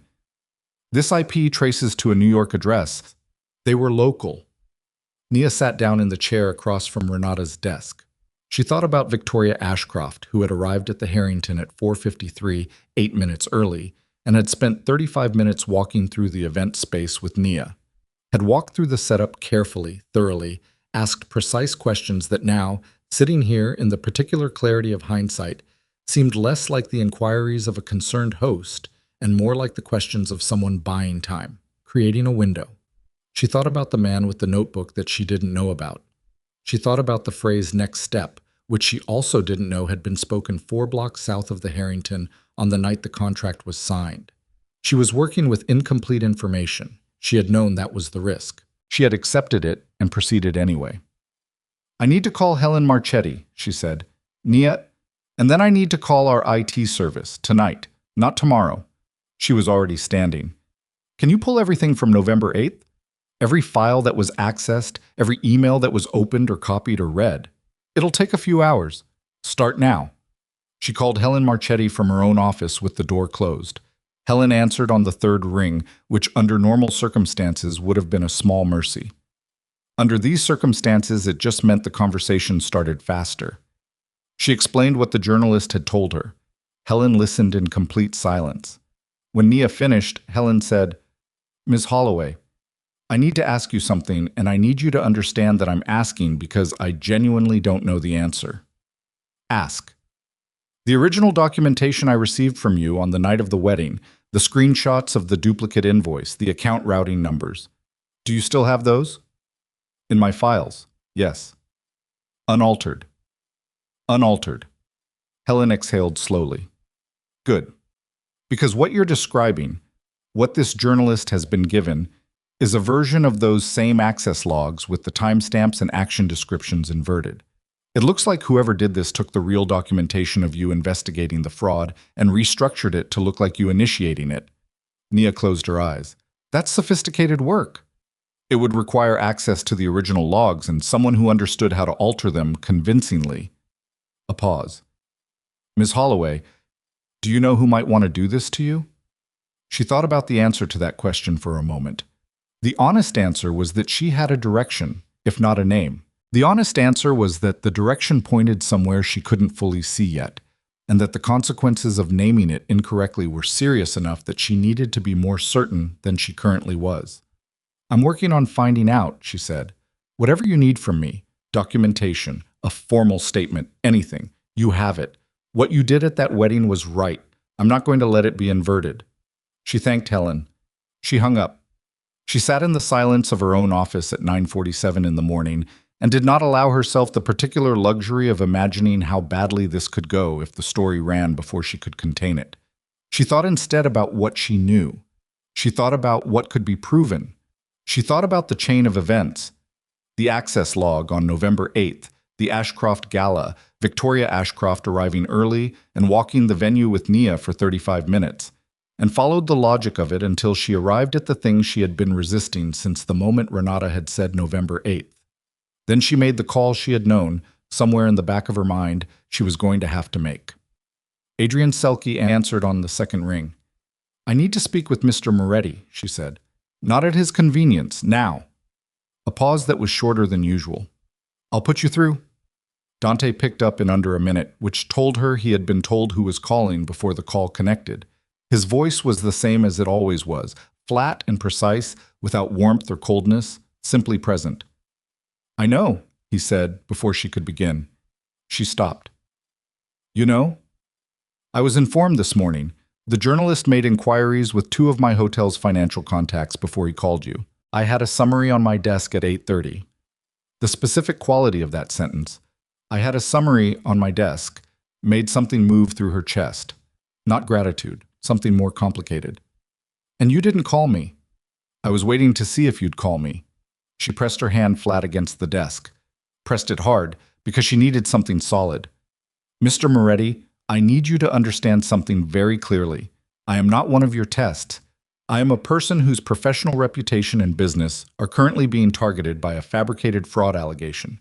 And the fact that you had information relevant to that situation at 8:30 this morning and waited for me to find out through a journalist. You're right. Again, the same 2 words, the same absence of deflection. I should have called. I'm sorry. She had not expected the apology. It landed somewhere she hadn't been prepared for it. What do you know? She said. Her voice was still level. That was going to cost her something later. The documentation that was given to Emery came from someone with access to the Whitmore's back-end systems. The logs have been altered using a method that requires an administrative-level intrusion into the original portal, which means whoever did this had either internal access or a sophisticated external contact. A pause. The fabricated emails from your company were likely constructed using content gathered from a direct access of your servers. Your office building's security footage from November 8th shows a woman entering at 7:26 p.m. using a guest access card registered to a corporate account associated with Ashcroft Holdings. She was very still. You have the security footage. I had it pulled this morning. How? I have access to the building's security vendor through a shared contract with one of my properties. He said it without apology, simply explaining the mechanism. The woman on the footage has been identified. Her name is Carla Voss, no relation to your partner. She's employed by a private intelligence firm that does work for several of New York's old money families. Which families? A brief pause. The Ashcrofts have used them before. There it was. She let out a slow breath. It wasn't surprise. She had been following the logic to this conclusion for the last hour. But knowing you're going to arrive somewhere and actually arriving there were not the same experience, and she needed a moment to absorb the weight of what the confirmation meant. Victoria Ashcroft had not simply been rude at a wedding. She had not simply made a comment in front of a ballroom full of people and felt that was sufficient. She had decided, sometime in the week since the Castellano-Reeves wedding, that Nia Holloway needed to be eliminated, not physically, but professionally, comprehensively, in a way that would be clean and deniable and would land on Nia with the full force of a fraud allegation in a sector where reputation was the only currency that mattered, and she had been very nearly successful. The journalist's deadline is end of next week, Nia said. I know. If that story runs with my name in it, even if it's retracted later, the damage to my company's reputation is... She stopped, started again. Clients in this sector don't wait for retractions. They exit relationships before anything is proven. The Moretti contract would be the first thing to go, and then the referrals, and then Naya. He used her first name. It was the first time he'd done it, and she registered it without meaning to. It's not going to run. You can't guarantee... I can guarantee it, he said. not through threats, through the same process you used at the Castellano wedding, documentation, the real logs versus the altered ones, Helen Marchetti's formal statement, the security footage from your building, the corporate account trail from Ashcroft Holdings to the private intelligence firm. A pause. Paul Emery is a journalist who follows evidence. When the evidence reverses on him, he'll pull the story and investigate the source instead. That's what I'm going to make sure happens. She sat with this. She sat with the specific, uncomfortable feeling of being helped by someone more powerful than her in a way that was entirely legitimate and entirely outside her control. I need to be the one who gives him the documentation, she said.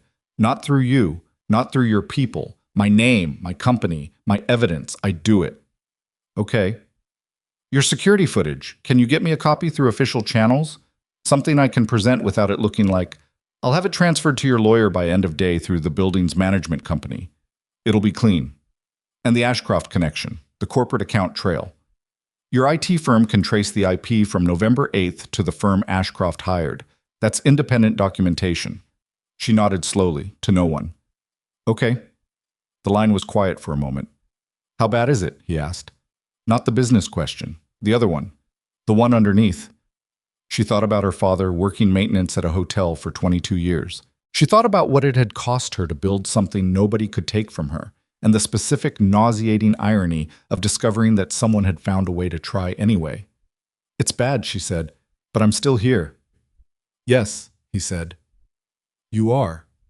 She started to end the call. Then she stopped. Mr. Moretti, why did Victoria Ashcroft use the Harrington Gala as the access point? She could have hired someone to access my servers at any time. A pause. Because she wanted to be certain I wouldn't interfere. If she was in the same building as me on the same night, in the presence of 200 witnesses, it would be very difficult to attribute anything that happened that evening to her directly. It was cover. She used your gala. She used the proximity of my gala, he said.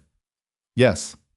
The distinction was fine, but it was real, and he'd made it immediately, which told her he had thought about it already, about what it meant that someone had leveraged his property, his event, the contract he had offered Nia as the operational base for destroying her. That must be uncomfortable, she said. Yes, he said quietly. It is. She assembled the documentation herself over the following 4 days, with the methodical, exhausting focus of someone who understood that this had to be her work, her evidence, her case, because the moment it became primarily Dante Moretti's intervention, the story stopped being about her innocence and started being about his power, and she was not willing to be rescued from a narrative only to find herself inside a different one. She was wrong about one thing. She found it on day 3, late at night, alone in the office, while Renata had gone home and the building was quiet. She was reviewing the full IT report from the November 8th intrusion, the detailed log of every file accessed, every email read or copied during the 47-minute window the intruder had been in their system, and she found a thread of emails she had written and sent in August. Not to Deja, not to a vendor, to Renata. Private emails. Not about the business. About her. About the Moretti contract written 2 weeks before it was signed, when she had been processing the decision in the way she processed difficult things, by writing to the person she trusted most. In those emails, she had said things that were true and unguarded and had never been intended for any other reader. She had written about her fear of being misread. She had written about the chair. She had written, in one sentence she could not take back now, that she wasn't sure if she trusted Dante Moretti, but she was increasingly sure she was going to choose to anyway, and that this frightened her more than the contract did. Those emails had been copied. They had not apparently been given to the journalist, at least not yet. They weren't in the documentation Emery had described, but they had been taken. They existed somewhere, outside her control, in someone else's hands. She sat with that for a long time. Then she closed the file and began drafting her formal response to Paul Emery. The complete evidence package, organized with the same precision she brought to event logistics, because precision was what she had, and what she had was what she was going to use. She was 3 pages into the document when Renata called, though it was after midnight. She answered. I found something, Renata said. Her voice had the quality of someone who had also been awake too long and had found something they would have preferred not to find. In the company registration records, The private intelligence firm that Ashcroft used, Karlovass's employer. What about it? It was incorporated 4 years ago. A pause. One of the silent investors in the LLC is a holding company registered in Delaware. 3 layers deep, but traceable. Nia. Renata stopped. Say it. The Delaware holding company is owned by a family trust. The trust is the Moretti Family Asset Trust. The silence that followed was absolute. Nia set her pen down on the desk. She looked at the wall of her office, the same wall she had looked at when she signed the contract, the same wall she had looked at when she thought about her parents. Say that again, she said, very quietly. Renata said it again. The intelligence firm that had broken into Nia's office fabricated the emails and constructed the fraud allegation against her. The firm Victoria Ashcroft had hired had a financial connection 3 layers deep and deliberately obscured to Dante Moretti. She sat in the silence of her office at 12:47 in the morning and felt the floor she had been standing on for the past 6 weeks reveal itself, in one sentence, to be thinner than she did not sleep. Not because she was incapable of it, she had slept through worse nights than this. Nights when the business account had been $43 from zero, nights when clients had pulled contracts without explanation, and she'd had to call vendors personally to delay payments while she figured out how to keep the company alive. She had learned to sleep through bad things because bad things didn't stop being bad because you stayed awake staring at them. Sleep was a tool. She used it when she could. She could not use it now. She sat at her desk until 3 in the morning with Renata's words sitting in the center of her chest like something swallowed wrong. Then she got up, put on her coat, and walked out of the office into the November cold because the walls were doing something to her breathing and she needed air that didn't belong to any building connected to any decision she had made in the last 6 weeks. She walked 4 blocks before she stopped. She stood on the sidewalk under a streetlight with her hands in her pockets and thought about the things she had not yet allowed herself to think about directly. The possibility that she had been wrong, not about Dante Moretti specifically, not yet, not without more, but about her own judgment, about the capacity she had always believed she had to read people correctly, to understand the difference between what was performed and what was true, to look at a man carrying a chair across a ballroom and understand what that act actually meant. She had built 11 years on that judgment. She had turned down opportunities that felt wrong and accepted the ones that felt right, and had been correct enough times that she had come to trust herself in a way she rarely spoke about because it seemed like the kind of confidence that invited punishment. And now, 3 layers deep, deliberately obscured. The Moretti Family Asset Trust. She walked back to the office. She sat down. She opened her laptop. She started pulling everything Renata had found and reading it herself, following the corporate chain from the private intelligence firm, backward, through 2 holding companies to the Delaware Trust, doing it slowly and without the urgency of the last 4 days, because urgency had gotten her here, and she needed to be something steadier than urgent right now. She needed to be precise. At 4:17 in the morning, she found the discrepancy. The Moretti Family Asset Trust had been established in 1987. The current trustee, as of a restructuring in 2019, was not Dante Moretti. It was his uncle, a man named Salvatore Moretti, who had been the operational head of the Moretti organization for nearly 20 years before Dante had taken that position at 31. Salvatore, according to a brief reference in a 2021 investigative piece she found through a financial news archive, had been effectively sidelined from the organization's current structure following a period of what the article carefully called internal disagreement regarding organizational direction. She read that phrase 3 times. Then she read the next paragraph, which noted that Salvatore Moretti maintained control of certain legacy assets through the family trust, assets that predated Dante's reorganization of the family's holdings and that had not been fully consolidated under the current structure. She sat very still. The intelligence firm was a legacy asset, not Dante's, Salvatore's, which meant that either Dante knew his uncle's firm had been used to destroy her and had been lying to her face with the specific practiced ease of someone who had been lying to faces for decades, or Dante did not know. And the person who had moved against her had done it through a structure that was deliberately designed to look like it belonged to Dante, because it bore the Moretti name, because 3 layers of corporate structure would stop most people from looking further, and had perhaps intended exactly this moment, The moment when the discovery would fracture whatever was being built between them. Both possibilities were real. She could not, at 4:17 in the morning, determine which one was true. She picked up her phone. She looked at Dante Moretti's number for a long time. Then she put the phone face down on the desk and pulled up the corporate filings instead, because she needed facts before she needed a confrontation. And if she called him now, angry, unslept, with half a picture in her hands, she would lose information she needed and show her hand before she understood what her hand actually was. She worked until 6.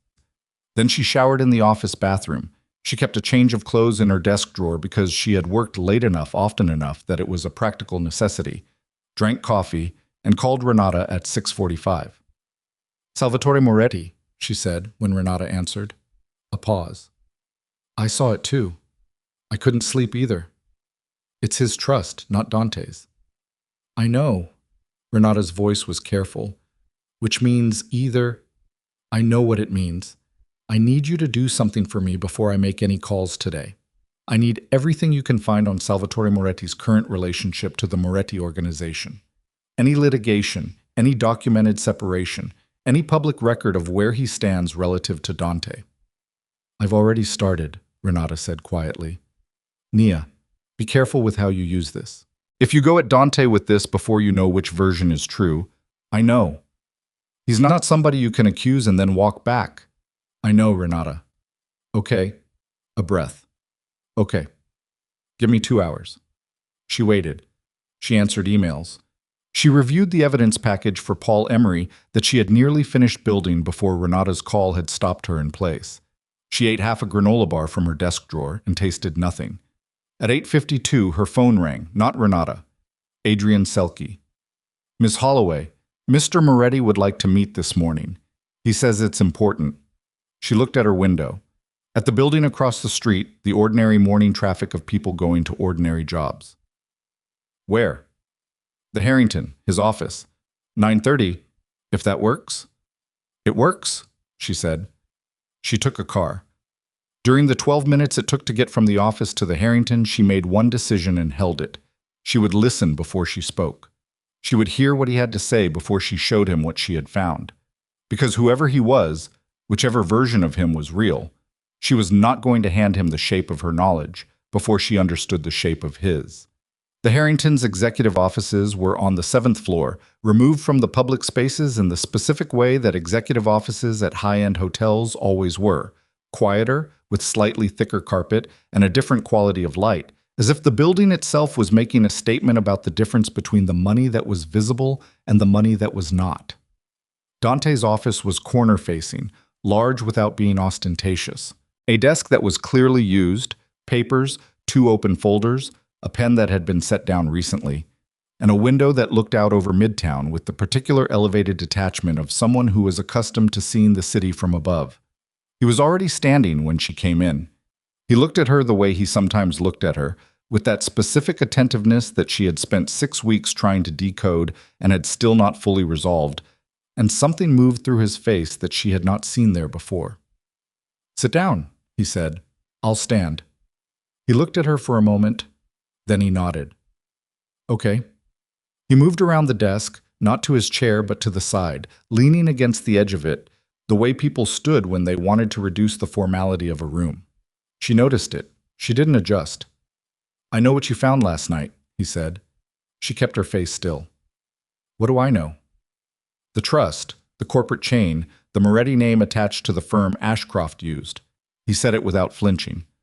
"Renata Voss ran the trace at approximately 1 in the morning. My security team has been monitoring the document trail because I asked them to 2 days ago, which means I know what you found approximately 3 hours after you found it."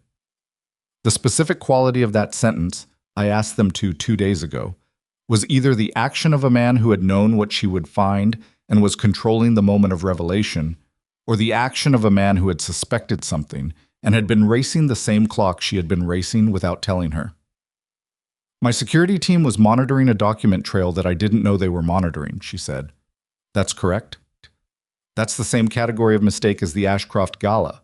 Something moved through his face. Not guilt exactly, but its more complicated cousin. "Yes." "You keep making decisions about information I should have, and giving it to me when it suits you. Yes, flat and direct, no deflection. I'm aware of the pattern. I'm going to need you to stop, she said. Right now. Not as a relationship condition, as a professional condition. If we're going to work together, I cannot be operating on a partial version of the information you have. Not once more.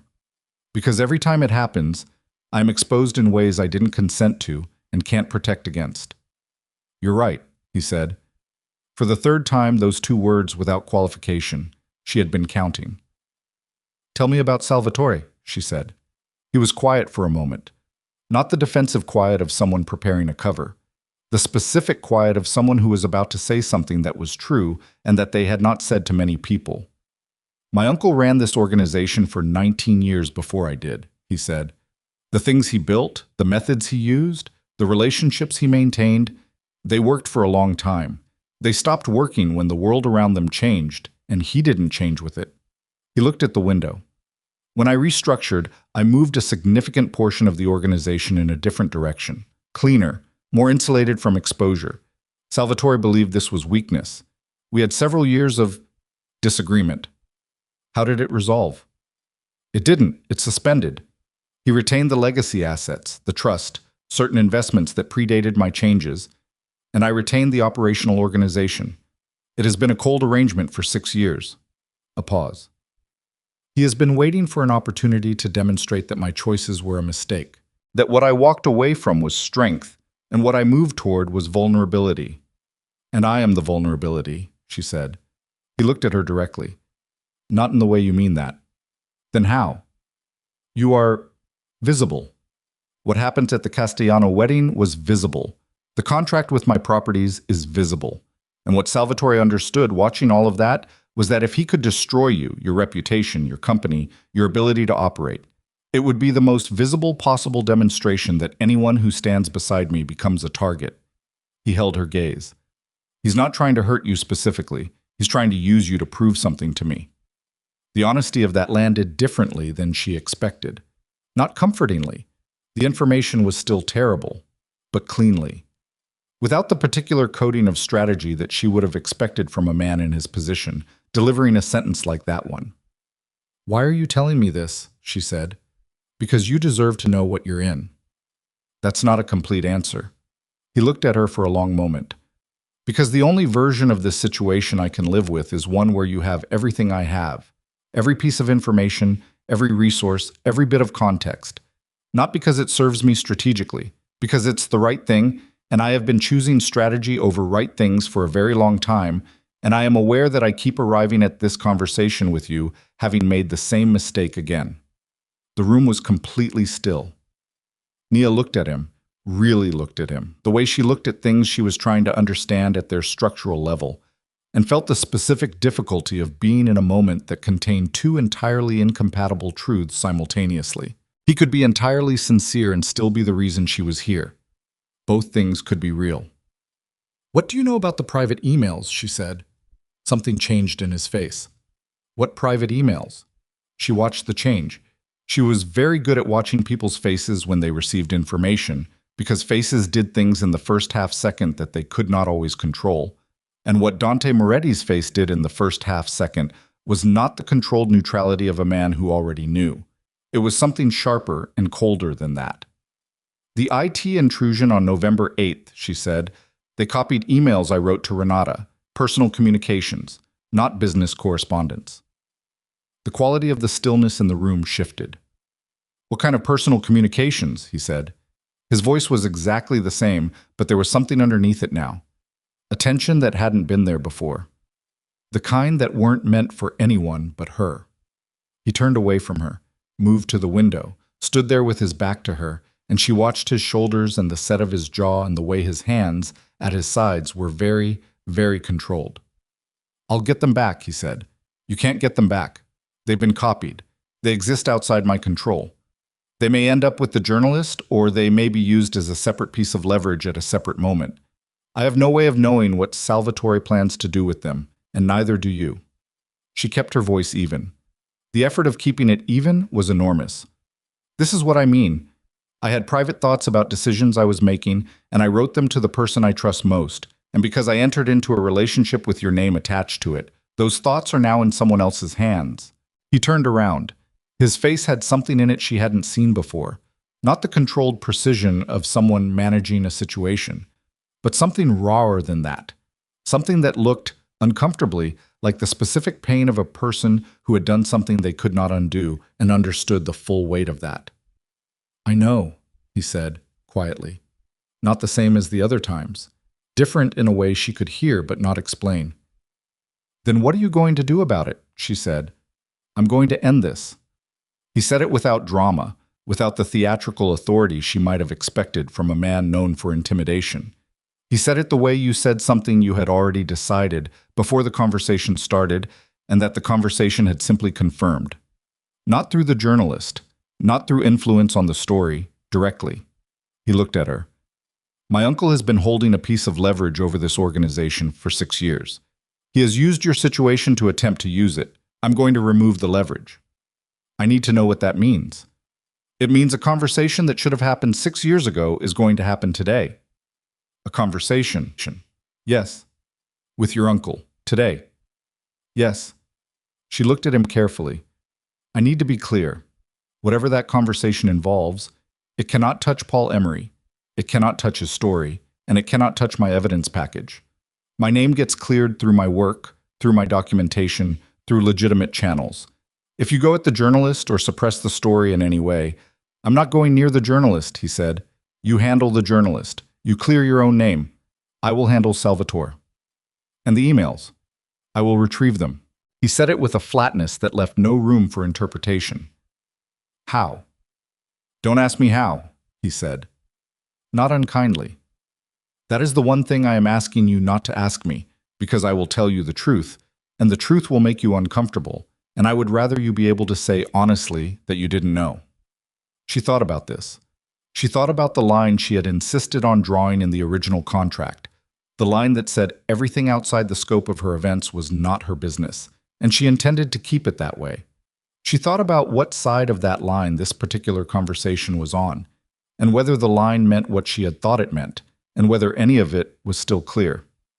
Get the emails, she said. She left the Harrington and got in a car and called Renata from the back seat. I talked to him, she said. And? It's the uncle, not Dante. The trust is a legacy asset that Salvatore retained after a structural split 6 years ago. Renata was quiet. Then, do you believe him? I believe the corporate filings. They confirm the trust structure. I believe his face when I told him about the private emails. That wasn't a controlled reaction, and he's very controlled. She looked out the window at the city going past. I don't know if that's the same as believing him completely. What are you going to do? Finish the evidence package. Deliver it to Emery today, not end of week. Get ahead of this. She paused. Then we'll see. Nia, what is he going to do to the uncle? I didn't ask. A long silence. Okay, Renata said. Okay. She finished the evidence package in 3 hours. It was the most thorough document she had ever assembled. The original screenshots from the Castellano wedding with timestamps, Helen Marchetti's formal written statement, the IT report from November 8th showing the unauthorized access, the security footage from her building's management company confirming the intruder's identity, the corporate trace from the intelligence firm to Ashcroft Holdings, and a clear chronological narrative tying every element together. She had Renata review it. She had their lawyer review it. She sent it to Paul Emery at 2:17 in the afternoon with a cover note that said, in 4 sentences, exactly what had been done, by whom, and why she was providing the documentation proactively. Then she sat back in her chair and felt the specific exhaustion of someone who had done everything they could do and now had to wait.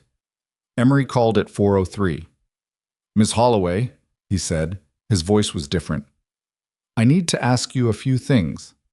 Go ahead. The security footage from your building. The woman identified as Carla Voss, has this been verified by law enforcement? I filed a report with the NYPD this afternoon. The filing number is in the documentation. The corporate trace from Ashcroft Holdings to the intelligence firm. You did this independently? Through our IT service and a public records search. The filing documents are all included. He was quiet for a moment. The source who gave me the original documentation. They presented it as originating from the Whitmore's own security audit. It was presented falsely. The Whitmore's actual security logs, which I've included in the package, show my activity during the reception as consistent with what I told you. Investigating the fraud, not initiating it. I can see that. Another pause. Ms. Holloway, I want to be transparent with you. The documentation I was originally given was sophisticated. It took me some time to see the seams in it. I understand. I'm going to need a few days to verify everything in what you've sent before I make any decisions about the story. I expected that, she said. I'd rather you take the time.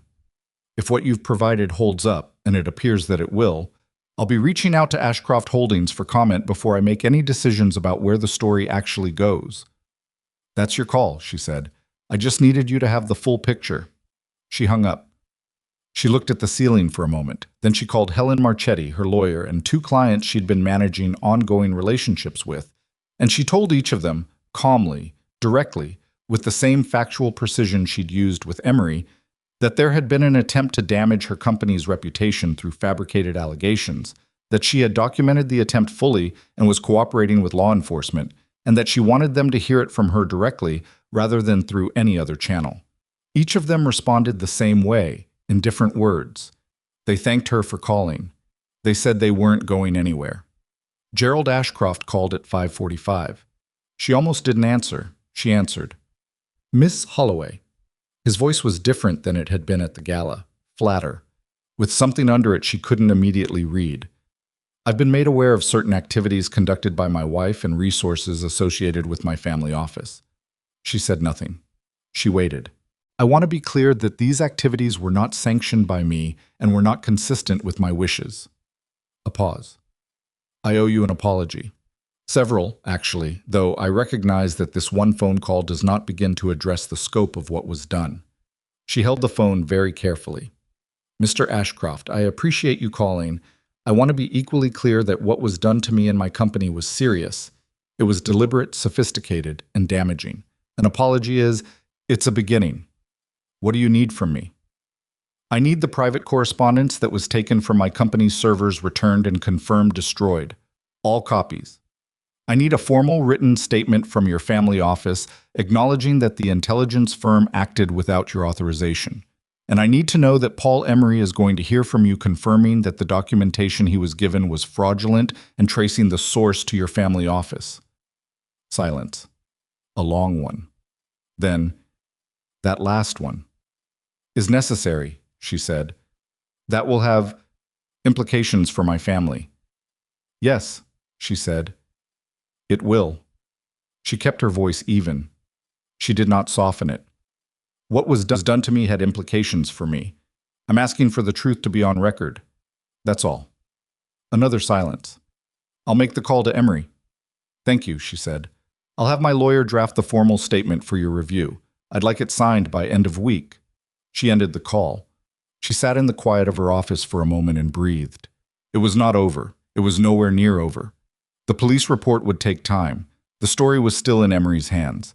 The private emails still existed somewhere, in some form, until Dante Moretti retrieved them through methods she had deliberately chosen not to ask about. The professional damage, the anxiety among clients, the whisper network that ran through the luxury event sector faster than any publication, was real and would require consistent, visible competence to rebuild over time.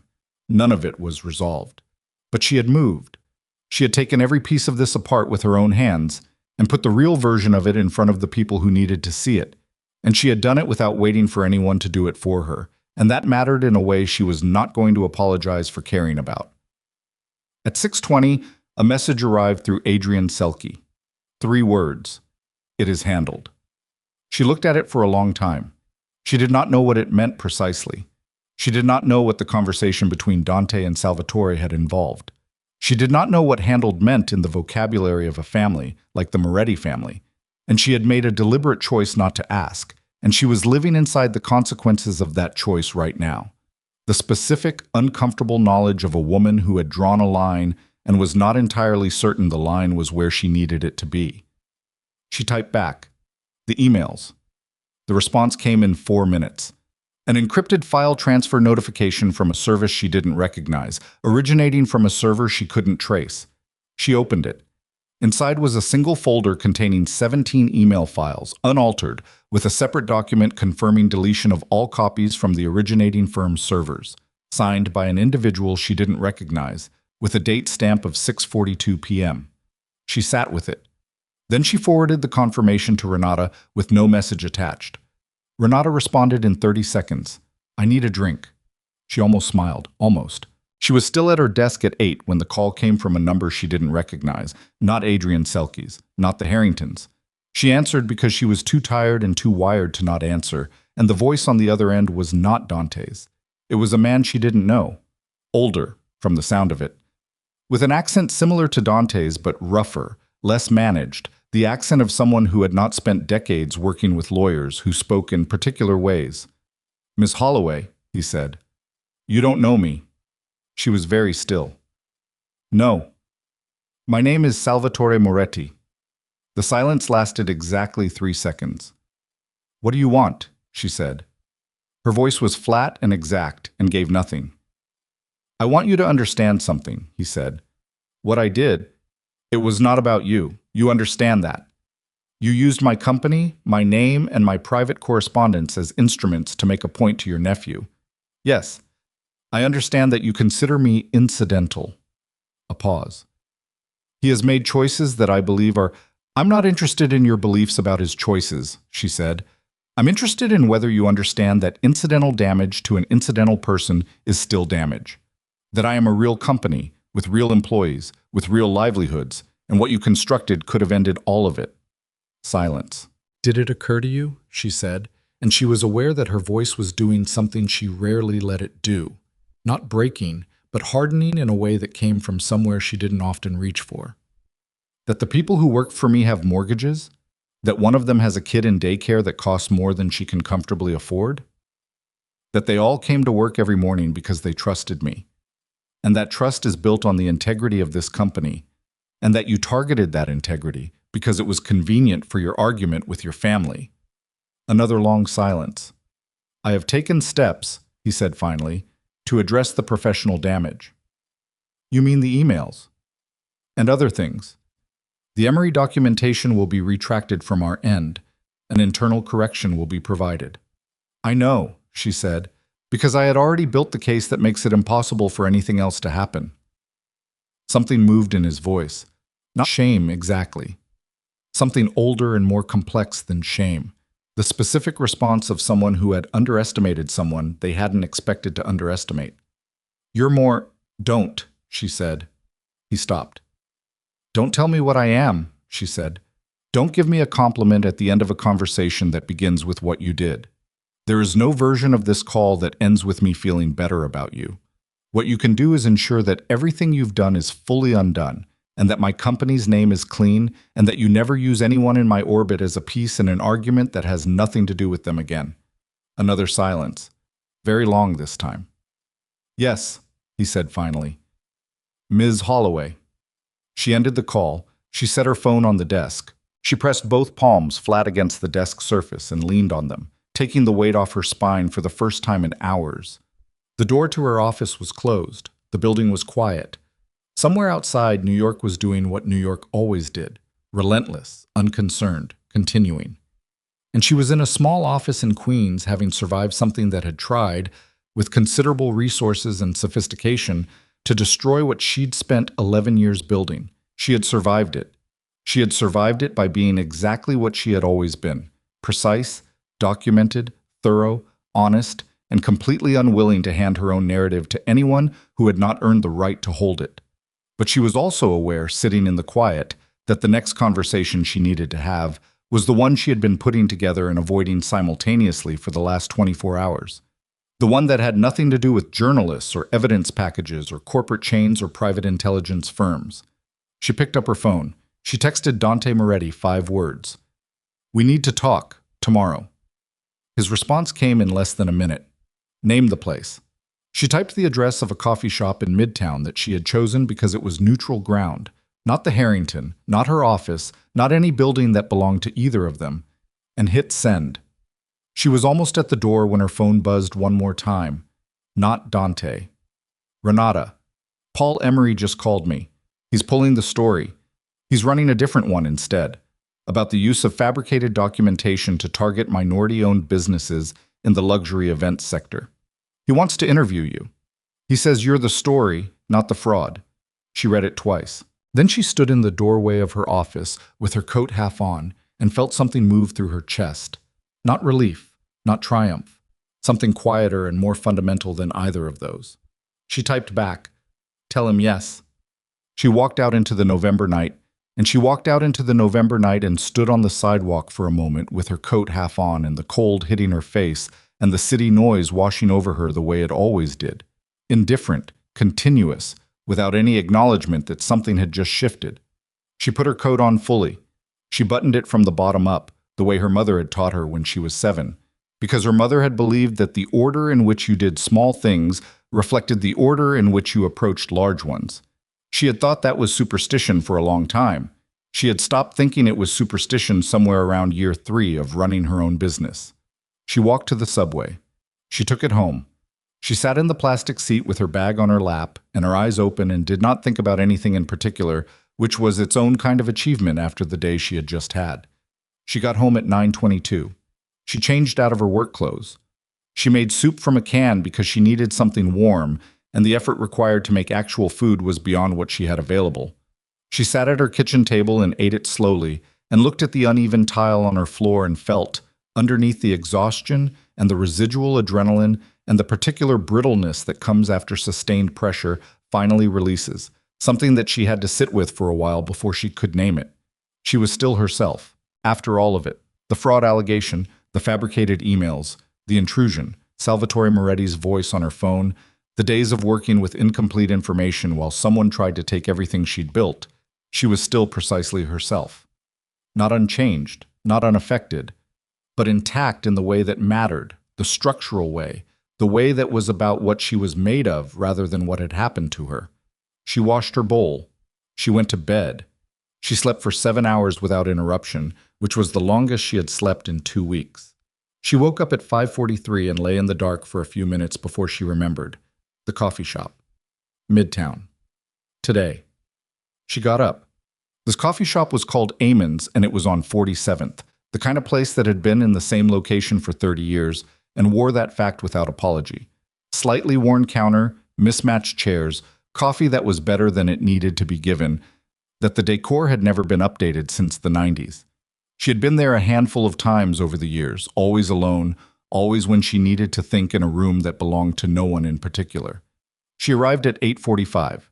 She ordered coffee, took a table near the window and opened her notebook, a physical one, the kind with actual paper, because she still thought better when writing by hand and had never apologized for it. She wrote 3 things: what I know, what I don't know, what I need from this conversation.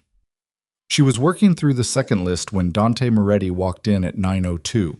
He was not what she expected, which was notable because she had become fairly accurate about predicting how he would arrive somewhere. I was wearing the same quality of clothes as always, but without the precision of the Harrington or the hotel spaces, slightly less constructed, as if he had gotten dressed that morning with something other than presentation on his mind. He saw her immediately. He crossed to the table and sat down across from her without ordering, without looking at anything else in the room. She closed her notebook. They looked at each other for a moment. "I talked to Salvatore," she said. Something moved through his face. "I know. He told me." A pause. "I'm sorry he called you." "Don't be. I needed to hear it." She wrapped both hands around her coffee cup. "He said it wasn't about me, that I was incidental." "You were supposed to be." "I understand that." She looked at him. "I need you to understand something. Incidental doesn't mean unhurt. Incidental doesn't mean the damage isn't real. He used the word like it should make me feel better, and it doesn't." "I know." "Do you?" He looked at her. "What do you want me to say, Nia?" "I want you to say what's true." She said it without heat, just directly. Not what's strategic, not what closes the conversation cleanly, what's actually true. He was quiet for a long moment. A couple near the door laughed at something. The coffee machine made its noise. The ordinary ambient texture of a coffee shop on a weekday morning continued without concern for what was happening at the window table. "What's true," he said slowly, "is that I brought you into proximity with something dangerous without fully disclosing what that proximity meant. Not because I thought you couldn't handle the information. Because I had spent so long managing risk by controlling information that I didn't notice I had started doing it in a context where it was not, where you weren't." He stopped. Started again. "You weren't a risk to be managed. And I treated you like one, functionally, even when I believed I wasn't." She listened to this without interrupting.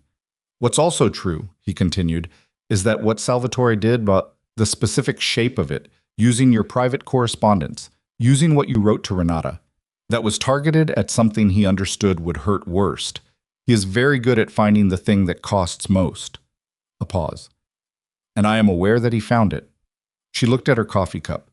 She thought about the emails, the things she had written in August, in the quiet of a decision she was still making, the unguarded sentences that had not been intended for any other reader. She thought about what it meant that those sentences existed, that she had written them, that they had been true enough to write. "The emails are gone," she said. "Yes." "You're certain?" "Yes." She looked up at him. "How?" He held her gaze. "I told you not to ask me that." "I'm asking anyway." A long pause. "My uncle's firm operates because my uncle permits it to operate. I revoked that permission. The emails were part of the condition under which the alternative to revocation was available to him." He said it in the flat, precise way of someone translating something from one language to another, keeping accuracy but losing none of the weight. He returned them because the cost of not returning them was higher than the cost of returning them. That is the full truth of how it was done. She sat with this.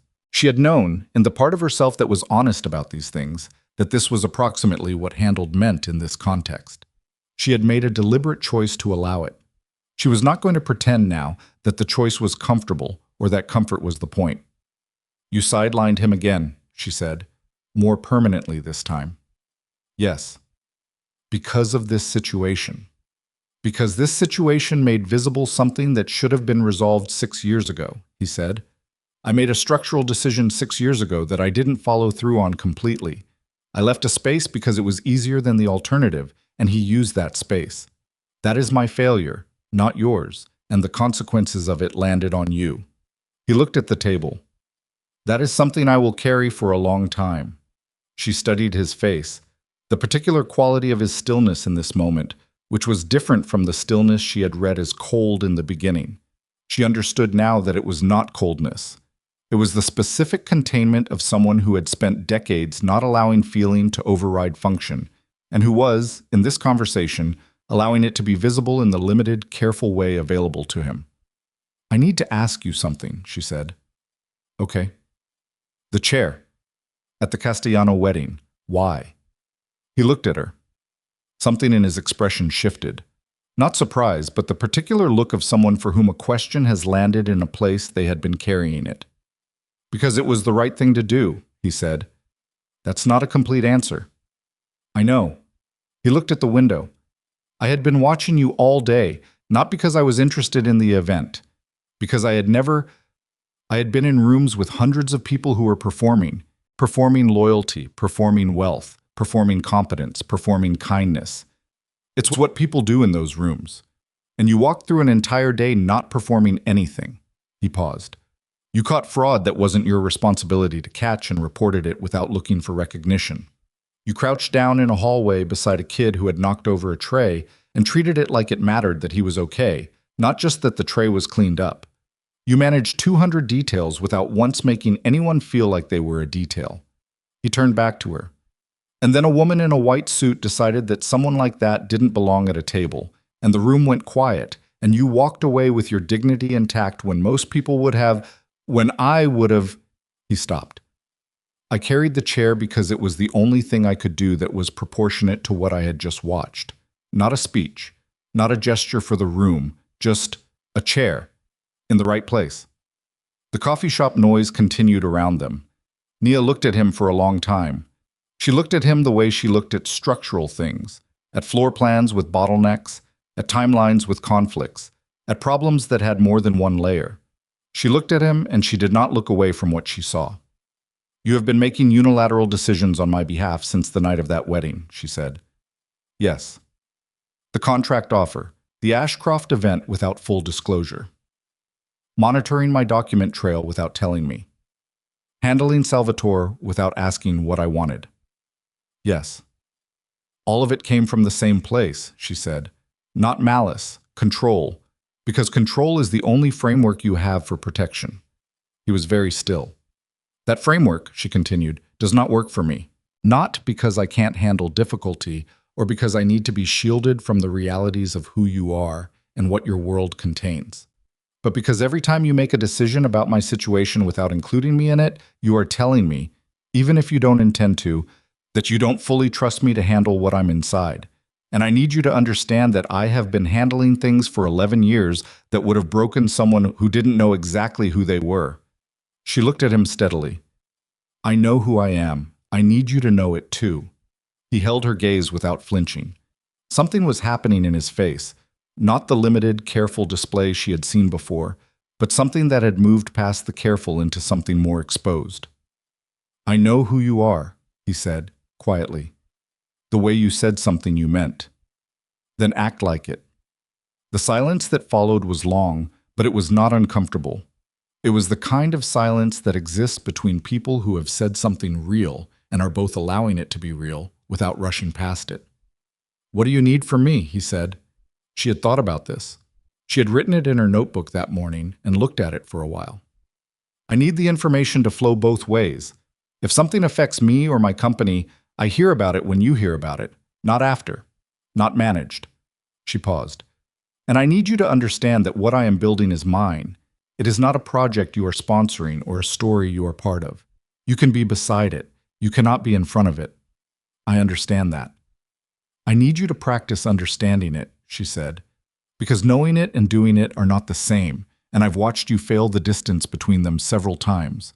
He looked at her, and for a moment, in the winter light coming through the coffee shop window, she could see something she hadn't been certain she would ever see in him, the specific, unguarded look of a person who is genuinely reckoning with themselves.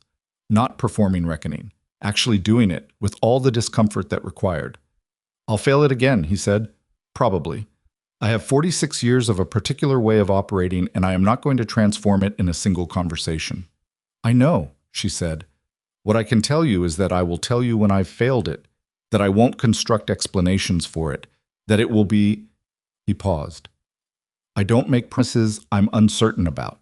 That's the one thing I've been consistent about.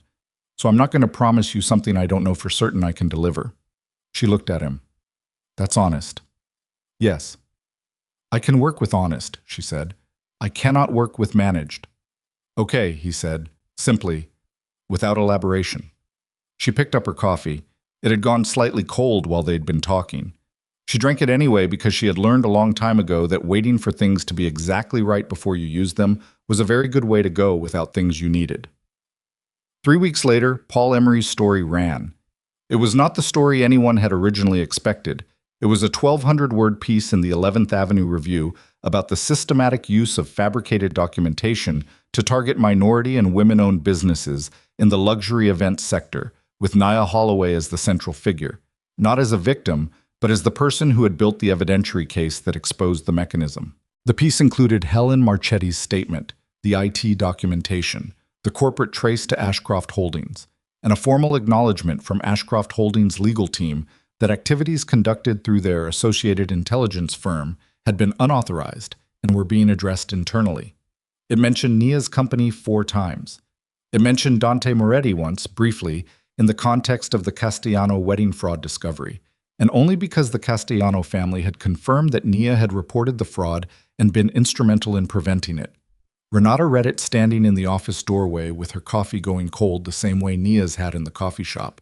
And when she finished, she looked up with an expression that was composed of approximately equal parts relief and something that took her a moment to identify as pride. "He didn't try to shape it," she said. "No." Nia was at her desk reading her own copy. "He didn't. I half expected—" "So did I." She set the paper down. "He didn't." Renata looked at her for a moment. "How are you doing, actually?" Nia thought about this in the honest way she tried to think about direct questions when they came from people who deserve direct answers. I'm tired, she said. There are things that are going to take longer to process than I've had time to process them. The private emails. The fact that someone was inside my company's files. She paused. The fact that I made a choice I wasn't entirely sure about and it cost me more than I anticipated, and I still think it was the right choice. The Moretti contract. The Moretti contract. Renata sat down in the chair across from her desk. Was it? Yes, Nia said. Not quickly, not defensively, just plainly. Not because of how it went, because of who I was inside it. I didn't cut corners. I didn't lose anything I wasn't willing to lose. And when I was tested, she stopped. I cleared my own name, with my own documentation, through my own channels. Whatever else happened, that part was mine. Renata was quiet for a moment. Then she said, the second contract cycle, for the Harrington and the other properties. He sent the terms over this morning. I saw. They're better than the original. Net 25, Nia said. Yes, I noticed. Nia, that's him saying something. I know what it is. She picked up her pen. Send it to the lawyer. I want the scope of work clause tightened on the Chicago property, and I want the communication protocol written explicitly into the terms this time. Information flow requirements, both directions. In writing. Renata smiled slowly. In writing. Everything in writing, Nia said, from here on out. The formal apology happened on a Tuesday in December.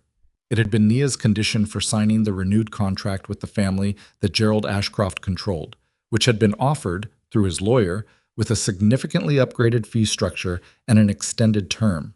She had read the offer once, set it aside, and called Gerald Ashcroft's personal line directly. There's one condition, she had said, before any contract is signed. He had listened. He had not argued. He had said, who needs to be in the room? She had told him. So on a Tuesday in December, in the conference room of Holloway and Voss Events, Gerald Ashcroft sat across a table from every full-time and part-time employee of Nia's company and delivered a formal, written, verbal apology for the actions taken by his wife and their associated firm against the company's reputation and its employees' livelihoods. He did not qualify it. He did not explain Victoria's motivations or offer context designed to soften the accountability. He read the apology he had prepared, and when he finished, he set the paper down and said, to the room, and not to any individual in it, you deserved better than what was done to you. I'm sorry. Carlos, who was sitting at the far end of the table, was quiet for a long time after. Then he said, not to Ashcroft, to Nia. Is this real? Yes, she said. Like, this is actually happening. Yes. He nodded slowly.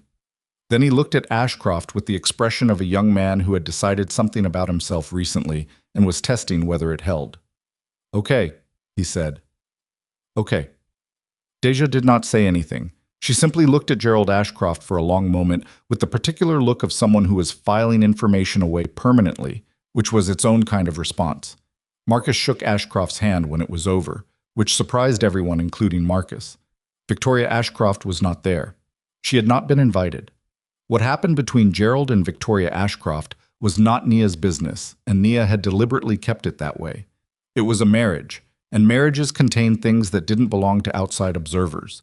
And whatever the consequences of what Victoria had done were inside that marriage. They belonged to the two people in it and no one else. She had heard, through the particular ambient information network that ran through New York's social world, that Victoria had spent a significant portion of November at their property in Connecticut. That was all she knew and all she intended to know. The 11th Avenue Review story generated something Nia had not fully anticipated. Not just professional vindication, but a particular kind of visibility that was different in quality from anything she'd had before. 3 new client inquiries came in during the 2 weeks after publication. Not because of the Moretti connection, not because of the Ashcroft name, but because the piece had described, with more precision than she could have managed herself, what kind of company Holloway and Voss was, and what it was willing to do to protect itself and its people. The 3rd inquiry came with a note attached to the initial email. It read, "We read about what you did with the documentation. We want someone who operates that way working with us." She had read that sentence 4 times. Then she had forwarded it to Renata with a single message. This is what I meant. She hired 2 new coordinators in January. She promoted Deja to senior coordinator in February.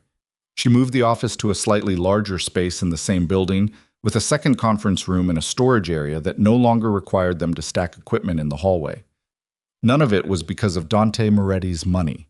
She was specific about this in her own mind, had been since before the contract was signed, and remained specific about it now. The Moretti properties were clients. They paid on time, at the agreed rate, for work that her company executed with the same standard applied to every other client. The referrals that came through the Moretti connection were treated the same way. Not as gifts, not as consequences of a relationship she was leveraging, but as opportunities that her company earned or didn't based on what they delivered. She talked about this with Dante once, directly, in the straightforward way they had developed for the conversations that mattered. You never spend the relationship, she said. They were at the Harrington in the period after the February event, in the conference room that had become, by default and without ceremony, the place they talked when they needed to talk. He looked at her. Some people would use it, she said. They would use the access, the introductions, the weight your name carries. They would let it do the work. I know. I need you to understand that I won't. I know that too, he said. It's not Nia. It was never a resource I was offering. It was never a transaction. He looked at her steadily. I'm aware that the way I offered the contract initially made it look like one. That was a failure of execution, not intent. Failure of execution, she said, and something almost like amusement moved through her voice before she could stop it. Something moved through his face in response. Not quite a smile, but adjacent to one. I'm working on the language, he said. I can tell. They sat in that for a moment. The city outside was doing its February thing, gray and relentless and entirely unmoved by anyone's interior weather. What do you want? He said. Not strategically, the real question. She thought about it the way she thought about things that required actual thought, without rushing, without performing the thinking, just doing it. I want to finish building something that nobody gave me, she said. I want the people who work for me to know that the company they're working for is built on something solid. I want, she paused. I want to not explain myself constantly. Not to clients, not to rooms full of people who have opinions about where I'm supposed to sit, not to, she stopped. Not to me, he said. You're getting better, she said. Slowly. Slowly is fine, she said. Slowly means it's real. He looked at her with the expression she had come to recognize as the most honest one he had, not the controlled neutrality of professional settings, not the rare flicker of something warmer that had appeared throughout the year, but the specific, slightly uncomfortable look of someone who was allowing themselves to be seen without managing how the scene went. I had someone in my life once, he said, and she understood from the way he said it that this was not a conversation he'd had with many people, who told me that I was incapable of standing beside someone without standing in front of them, that I didn't know how to be beside someone without it becoming about control. He paused. I believed it was a criticism. I filed it under things people said when they didn't understand how things worked. A long pause. I think about it differently now. She looked at him. What changed? You keep working, he said. Every time I have offered something, protection, resources, intervention, you take the parts that are legitimate and practical and leave the rest, and then you go back to working. You don't stop. You don't adjust your direction based on what I might offer. You keep moving toward the thing you are actually building, and I have been, he looked at the table, I have been watching that happen for months and trying to understand what it would mean to be beside it instead of in front of it. She was quiet for a moment. You carried a chair, she said. He looked up. At the Castellano wedding, you carried a chair. She held his gaze. That was beside. That was the truest version of it. That was you doing the one thing you could do without any of the rest of it attached. She paused. That's the version I need. He held her gaze. Okay. Not the contracts. Not the protection. Not the handled situations. The chair. Okay, he said again. And for the second time in her experience of him, the 2 words were different. Not the same 2 words said in the same way, but the same 2 words carrying a different weight, the weight of something that had moved from the intellectual to the actual. She nodded. Then she opened her folder and pulled out the April event timeline for the Harrington, because there was work to do, and the work did not wait for personal resolutions to conclude. He looked at the timeline. He did not leave. She did not tell him to. The wedding where everything changed back to something simple was in March. It was not a Moretti property event. It was a private client, a couple Nia had worked with twice before, who trusted her enough to give her almost complete creative latitude, who had a guest list of 60 people and a budget that was generous without being ostentatious, and a genuine desire for an evening that felt like them rather than like a performance of them. Dante came, not as a client, not through any professional channel. He came because she had mentioned it, in passing, and he had said nothing in response, and then he had appeared at the venue at 6:45 in a dark jacket, and without any of his staff, and stood near the back of the room in the way of someone who was there because they wanted to be and not because they had any other reason. She saw him arrive. She did not stop what she was doing. The evening went the way good evenings went, not perfectly, because perfection was not actually the goal, but truly. The food was warm. The music was the right kind of loud. The couple said their words and meant them, and you could hear that they meant them in the particular quality of the silence that surrounded each sentence. Nia worked through the evening the way she always worked, moving, monitoring, solving the small things before they became visible. She rerouted a service timing issue at 7:15. She found a replacement for a broken centerpiece glass at 8. She talked down a minor conflict between two family members near the bar at 9, with the calm, pragmatic approach of someone who had mediated 100 similar situations and understood that most of them just needed someone to take them seriously for 3 minutes. At 9:40, when the reception had settled into its late evening rhythm and her team had the remainder well in hand, she went to the staff table. Dante was already there. He was sitting in a chair that was not ornate, at a table that was not decorated with burgundy and ivory flowers, between one of the kitchen supervisors and a young woman from her team whose name was Sophia, and who was on her second event with the company and was still in the phase of being slightly terrified of everything. He was not performing ease. He was just there, speaking to the kitchen supervisor about something she couldn't hear from where she was, with the specific attention of someone who was actually listening rather than waiting to respond. Sophia was looking at him sideways with an expression that was pure, unmediated bewilderment. Nia sat down. Dante glanced at her. Something moved through his expression. Not the controlled thing, the other one. The one she had learned to recognize. "How's the kitchen timing?" he said. "Good," she said. "Jamie ran the service clean tonight." He nodded. "I noticed. Third course hit simultaneously." "You were timing it." "I had nothing else to do." Sophia was now looking between the two of them with an expression that had evolved past bewilderment into something more like awe, which Nia noticed and decided to address before it became a whole thing. "Sophia," she said, "this is Dante. He sometimes sits at the staff table." Sophia blinked. "Oh, okay." Dante looked at Sophia with the particular careful attention he gave to young people who were clearly intimidated by him. "What's your name?" "Sophia. I'm a coordinator, junior coordinator. I just started." "What's been the hardest part of tonight?" She blinked again. The table assignments at the East End. 2 of them were switched from the original chart, and I had to redirect 3 different guests without..." She stopped. "Without letting them know anything had gone wrong, which I did. I handled it." "Good," he said simply. "That's the job." Sophia sat up slightly. "Yeah," she said. "Yeah, it is." Nia ate her dinner. Dante ate the plate that someone, she suspected Marcus, had brought to the table without being asked. The kitchen supervisor told a story about a catering disaster at a different venue that escalated through several increasingly improbable complications. And by the end of it, the 3 of them and the 2 other staff members at the table were all leaning in with the specific attention of people listening to something genuinely funny. Dante laughed. It was not a performance. It was not the careful, controlled thing. It was just a laugh, sudden and real, at the ending of the kitchen supervisor's story, and it changed his face in a way that Nia registered without meaning to, and then filed away in the place where she kept things that mattered more than she was quite ready to say out loud. The music shifted at 10:15 to something slower, and the dance floor filled up with couples who had been waiting for the tempo to change. The staff table settled into the quiet that comes at the end of a long event, when the hardest work is done and what remains is simply presence. Dante slid his chair slightly closer to hers. Not dramatically, not with any announcement, just closer. 3 inches, maybe 4.